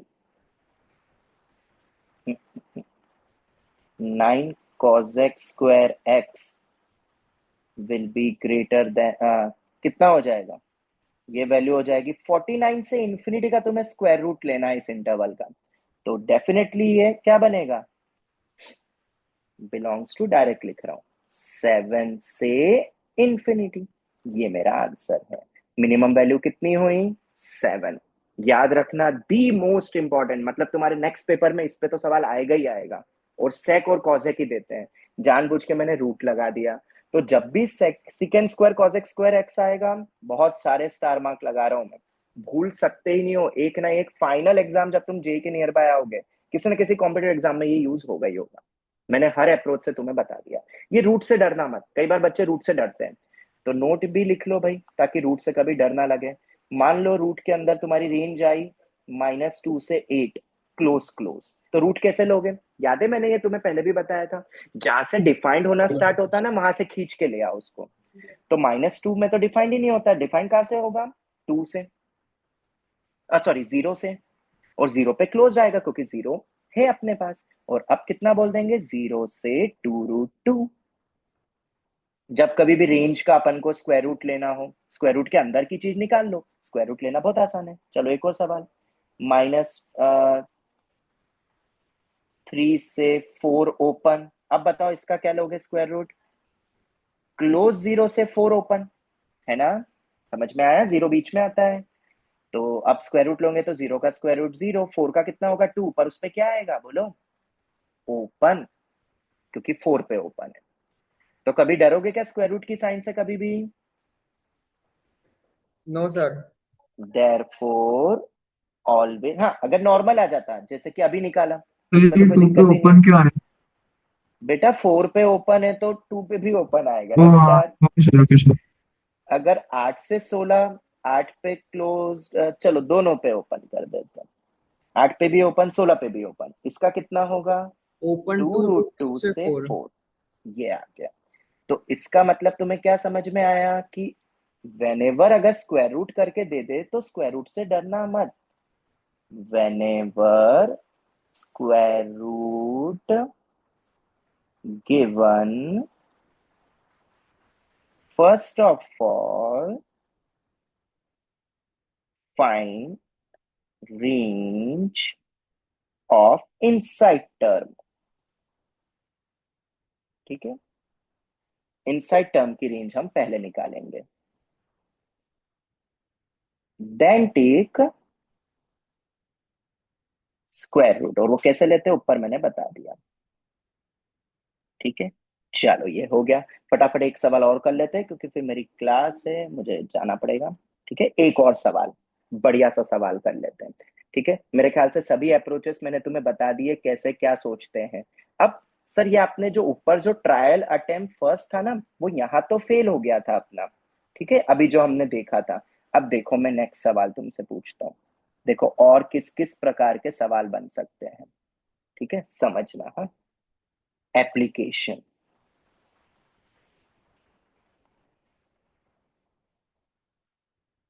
और ये भी दी मोस्ट इंपॉर्टेंट। बाकी तो मैं तुम्हें कुछ ग्रुप में डाल दूंगा सवाल, तुम उनको करना। जैसे कि देखो, एक ये जरूर बता देता हूँ, बहुत ही प्यारा सवाल है। Find x if, black book वगैरह में डेफिनेटली तुम्हें मिल सकते हैं ऐसे सवाल। फाइंड एक्स इफ, और अभी मैंने बोला तो ब्लैक बुक मत सॉल्व करना, अभी स्टार्ट कर देना, अभी टाइम है। Find x if x belongs to open 0 से 2 pi and 2 raise to cos x plus 2 raised to sin x is equal to 2 raised to 1 minus 1 by root 2।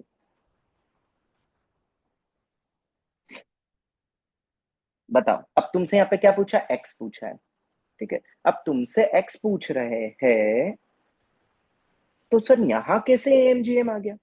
बिल्कुल सही थॉट आता है, यहाँ तो सर एएमजीएम हो ही नहीं सकता है। ठीक है, पर यहाँ पे हैशटैग पता है क्या हो रहा है, बाउंड्री कंडीशन यूज होगी। याद है बाउंड्री कंडीशन नामक में भी तो अपन मैक्सिमम मिनिमा को ही पिकअप करते हैं, हमने पहले भी ये मॉड वगैरह के सवालों में देखा है। ठीक है, बाउंड्री कंडीशन। अब देखो कैसे बाउंड्री कंडीशन यूज होगी, इसको हम वेराइटी बनाएंगे आगे जाके बाउंड्री कंडीशन। ओके, ये तो एएमजीएम का एक एप्लीकेशन है। अब देखो ये तो पूरा ही हिडन है। ठीक है, ये सबसे टफ कैटेगरी आता है एप्लीकेशन, ये सबसे टफ है। क्वेश्चन में कोई भी हिंट नहीं है, बस एक छोटी सी हिंट है कि 2 raise to cos x, only hint, जो कि एकदम आउटसाइड थॉट है, क्योंकि ना मैक्सिमा वर्ड, ना मिनिमा वर्ड, ना इनइक्वालिटी, इक्वालिटी करके पूछ रहे हैं, और उसकी बाउंड्री कंडीशन गिवन है। हिंट क्या है, 2 रेज टू कॉस एक्स। हम ऐसे सवाल करेंगे रेगुलर क्लासेस में और भी। क्या ये दोनों term greater sir than zero ही वन होगी ना माइनस ऑलवेज? Yes, sir. ये दोनों ग्रेटर देन जीरो होगी, ये सबसे बड़ी हिंट है कि दोनों टर्म्स पॉजिटिव है। तो एकदम आउटसाइड थॉट है, मैं फिर बोल रहा हूं कि ये अभी तो तुम्हें पता है, सब कुछ पता है, पेपर में ये आता है ना, पल्ले भी नहीं पड़ता है बच्चों को, सबसे टफेस्ट कैटेगरी में आता है कि एकदम से तुम्हारे सवाल में एएमजीएम कैसे थॉट आ जाएगा भाई, ये तो नॉर्मल इक्वेशन है, तुम तो नॉर्मल सॉल्व करोगे। ठीक है, ये फिर भी थोड़ा इजी वर्जन है, इसके टफ वर्जन तुम आगे जाके देखोगे एडवांस क्लासेस में। सर वन ठीक है, minus one by root two को 2 raise to 1 upon 2 raise to 1 by root 2 लिख सकते। हाँ देखो देखो, नहीं वो भी करने, वो करेंगे अपन, करेंगे अपन। पहले तो मैं इसमें एएमजीएम लगाता हूँ दो टर्म में। साइन कॉस तो मेरे पॉजिटिव नेगेटिव हो सकते हैं, ठीक है, 0 से 2 पाई में साइन एक्स और कॉस एक्स तो मेरे क्या है, -1 to 1। बट 2 रेस टू तो हमेशा ही अपना होगा पॉजिटिव, क्यों? तो मैं याद है एक्सपोनेंशियल फंक्शन का ग्राफ हमेशा ग्रेटर देन जीरो होता है, तो -1 से 1 में भी तो क्या होगा, पॉजिटिव, तो कोई दिक्कत ही नहीं है। ठीक है, अब देखो ये टर्म, इन दोनों का प्रोडक्ट करो तो क्या हो जाएगा, बेस सेम तो पावर एड अप, यस और नो, बाई 2। बताओ यहां तक कोई डाउट, यहां तक कोई डाउट, समझ में आया? बोलो जल्दी। Yes sir. तो अब देखो, जो इसीलिए वो ट्रायल जरूरी था, बच्चे सोचते हैं क्यों फालतू में गलत वाला पहले बताते हो, अरे वो थॉट था और उस थॉट में हमारा काम नहीं चला, पर अब देखो इस सवाल में ठीक है, मुझे बताओ नाउ, ये तो सभी ने टाइप 1 पढ़ चुका है, टाइप 1 पढ़ा है कि नहीं पढ़ा है रेंज का? इसकी रेंज कहां से कहां जाती है, -√2 से √2, सबको पता है कि नहीं पता है? ये रेंज का टाइप 1 था, -√(a²+b² से +√(a²+b²। इसका मतलब ये अपने मिनिमम वैल्यू से तो बड़ा ही होगा ना, -√2/2 से। जवाब दो, किसी को कोई डाउट यहां तक तो बोलो। ये तो सबको समझ में आता है, फिर से वही हो गया, a greater than equal to b greater than equal to c. अब देखना क्या हुआ, मैंने क्यों यहाँ पे बाउंड्री कंडीशन लिखी थी। और ये जेई में आजकल ऐसे सवाल आ रहे हैं मेंस एडवांस दोनों में। ओके चलो, तो मैं ए और सी को पिकअप करना चाहता हूं, जरा ए और सी को देखो क्या बनेगा। यहां तक तो कोई दिक्कत नहीं है, ये तो होगा ही होगा, पर इसके बाद जो होगा ना वो देखना है कि क्या इक्वालिटी के बारे में कुछ पता चल रहा है यहाँ पे। 2 raised to cos x plus 2 raised to sin x greater than equal to 2 raised to 1 - 1/√2। और अब देखो, शायद तुम्हें समझ आ गया होगा, तुम्हें क्या दिया हुआ है, क्या दिया हुआ है तुम्हें, इक्वालिटी। ये तो मेरे पास आया, और गिवन क्या है तुम्हें, बट गिवन 2 raised to, अभी आंसर नो सॉल्यूशन भी हो सकता है, अगर हमें वो सेम इनपुट पे ना मिला ना तो आंसर हो जाएगा नो सॉल्यूशन। जैसे कि फॉर एन एग्जांपल मैं अभी बताऊंगा वो वाला पॉइंट। इक्वालिटी गिवन है, therefore equality must be attend. अब कब होगी इक्वालिटी अटेंड बताओ, ये तीनों बराबर कब होंगे, मतलब equality a equal to c कब होगा, जब a equal to b equal to c होगा। क्या पॉसिबल है तीनों बराबर, तो पहले दो टर्म्स कब बराबर होते हैं, एएमजीएम कब बराबर होता है, जब टर्म्स बराबर होगी। तो 2 raised to cos x equal to 2 raised to sin x, चलो ये हो गया। एंड और b इक्वल टू सी कब होगा बताओ, किसी को याद है, ये वैल्यू कब होती है, -√2 cos x plus sin x। -√2 कब होगा, किसी को अंदाजा है, प्रूफ याद है किसी को, कैसे देखते थे, ये दोनों बराबर होनी चाहिए। अब ये दोनों बराबर कैसे होगी, तो तुम्हें याद होगा इसका प्रूफ क्या होता था, √(a² + b² से मल्टीप्लाई डिवाइड। अब तो मैं डायरेक्ट लिखूंगा इसको, is equal to -√2। I hope तुम्हें याद आ रहा होगा सब कुछ, इसलिए तो हमने प्रूफ पढ़ा हुआ था कि किस इनपुट पे मिलता है, -1। क्या ये दोनों बराबर हो सकते हैं, अब वो देखो, ये बता रहा है दोनों बराबर मतलब cos x equal to sin x होगा ऑब्वियसली। क्या ये दोनों पॉसिबल है, हाँ है, और x का इंटरवल भी दिया हुआ है तुम्हें कितना, 0 से 2π। 0 से 2π में पॉसिबल है, ये चाहो तो तुम लिख सकते हो 4n + 3 टाइम्स ऑफ π/2 भी लिख सकते हो।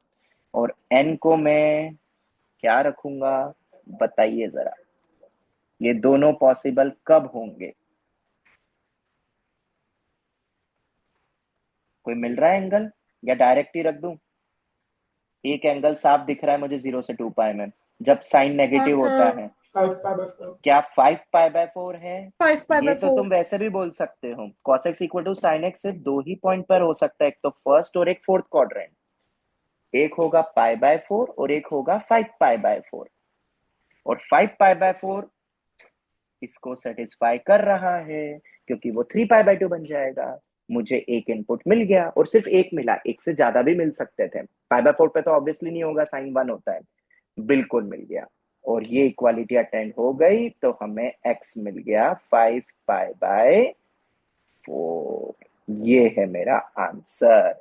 अब तुम सोचो, ये इक्वालिटी चेक करना है नॉल, और वो क्यों ऊपर वाली पॉइंट मतलब जरूरी था समझना, ठीक है, क्यों, क्योंकि अगर मैं तुमसे ये सवाल पूछता, देखो अब कोरोलरी, बस खत्म हो गई आज की क्लास, कोरोलरी लिख के 16 sec² x plus 9 cos x² is equal to 48।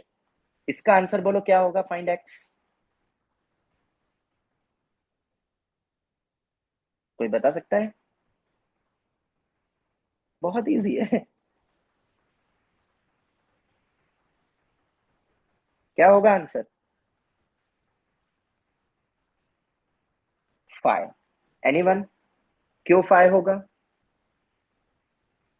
Sir उसकी मैक्सिमम वो मिनिमम वैल्यू 49 होती है, तो 48 के कभी इक्वल नहीं होगा। बिल्कुल सही। और अब देखो यहाँ पे भी तुम ऊपर वाले क्वेश्चन की तरह ही करते, जैसे ये सवाल था, हर बार एक्स आएगा जरूरी थोड़ा ना है। तुम फिर से दोनों को इक्वेट करते हो, फिर तो तुम ये सोच ही सकते थे ऐसा तरीके से, और देखो 48 भी आ गया, तुम बहुत खुश हो जाते, अरे 48 तो आ सकता है, बट नहीं आ सकता क्योंकि वो सेम इनपुट पे नहीं आया। ठीक है, तो अब मैं डायरेक्ट इसका आंसर लिख रहा हूँ, five S 16 secant square x plus 9 cos x square x is always greater than equal to 49 होता है, तो 48 तो कभी आ ही नहीं सकता। तो बाउंड्री कंडीशन लगती है पर वो मिलना भी चाहिए। ठीक है, इनपुट अपने पास होना चाहिए, इंपॉर्टेंट पॉइंट था ये। अब तुम खुद इमेजिन करो, अगर ये सवाल आता तो तुम कैसे सॉल्व करते बताओ। 1/sin बाय कॉस, मतलब 1/cos 1/sin पूरा सॉल्व करते हैं, पर यहाँ पे तो AMGM एप्लीकेशन लग गया, रेंज का एप्लीकेशन बन गया। तो रेंज का एक बहुत इंपॉर्टेंट क्या पॉइंट हो गया, ये मैं आगे बताऊंगा तुम्हें, बेफिक्र रहो। बाउंड्री कंडीशन में AMGM यूज होता है। ठीक है, इस तरीके से। तो ये आज की क्लास अब हमारी समाप्त हुई। आई होप सभी को समझ में आया होगा किस किस तरीके से हमने लॉजिक सोचा। क्या अब मैं कुछ सवाल after my class gets over of class 12 मैं कुछ सवाल दूंगा तो उनको ट्राई करोगे? ठीक है, यस सर। चलो यहीं तक रखते हैं आज की इस क्लास को। नोट्स वगैरह कंप्लीट कर लेना, मैं दे दूंगा तुम्हें अभी। Thank you very much. Radhe Radhe. Radhe Radhe. Radhe Radhe.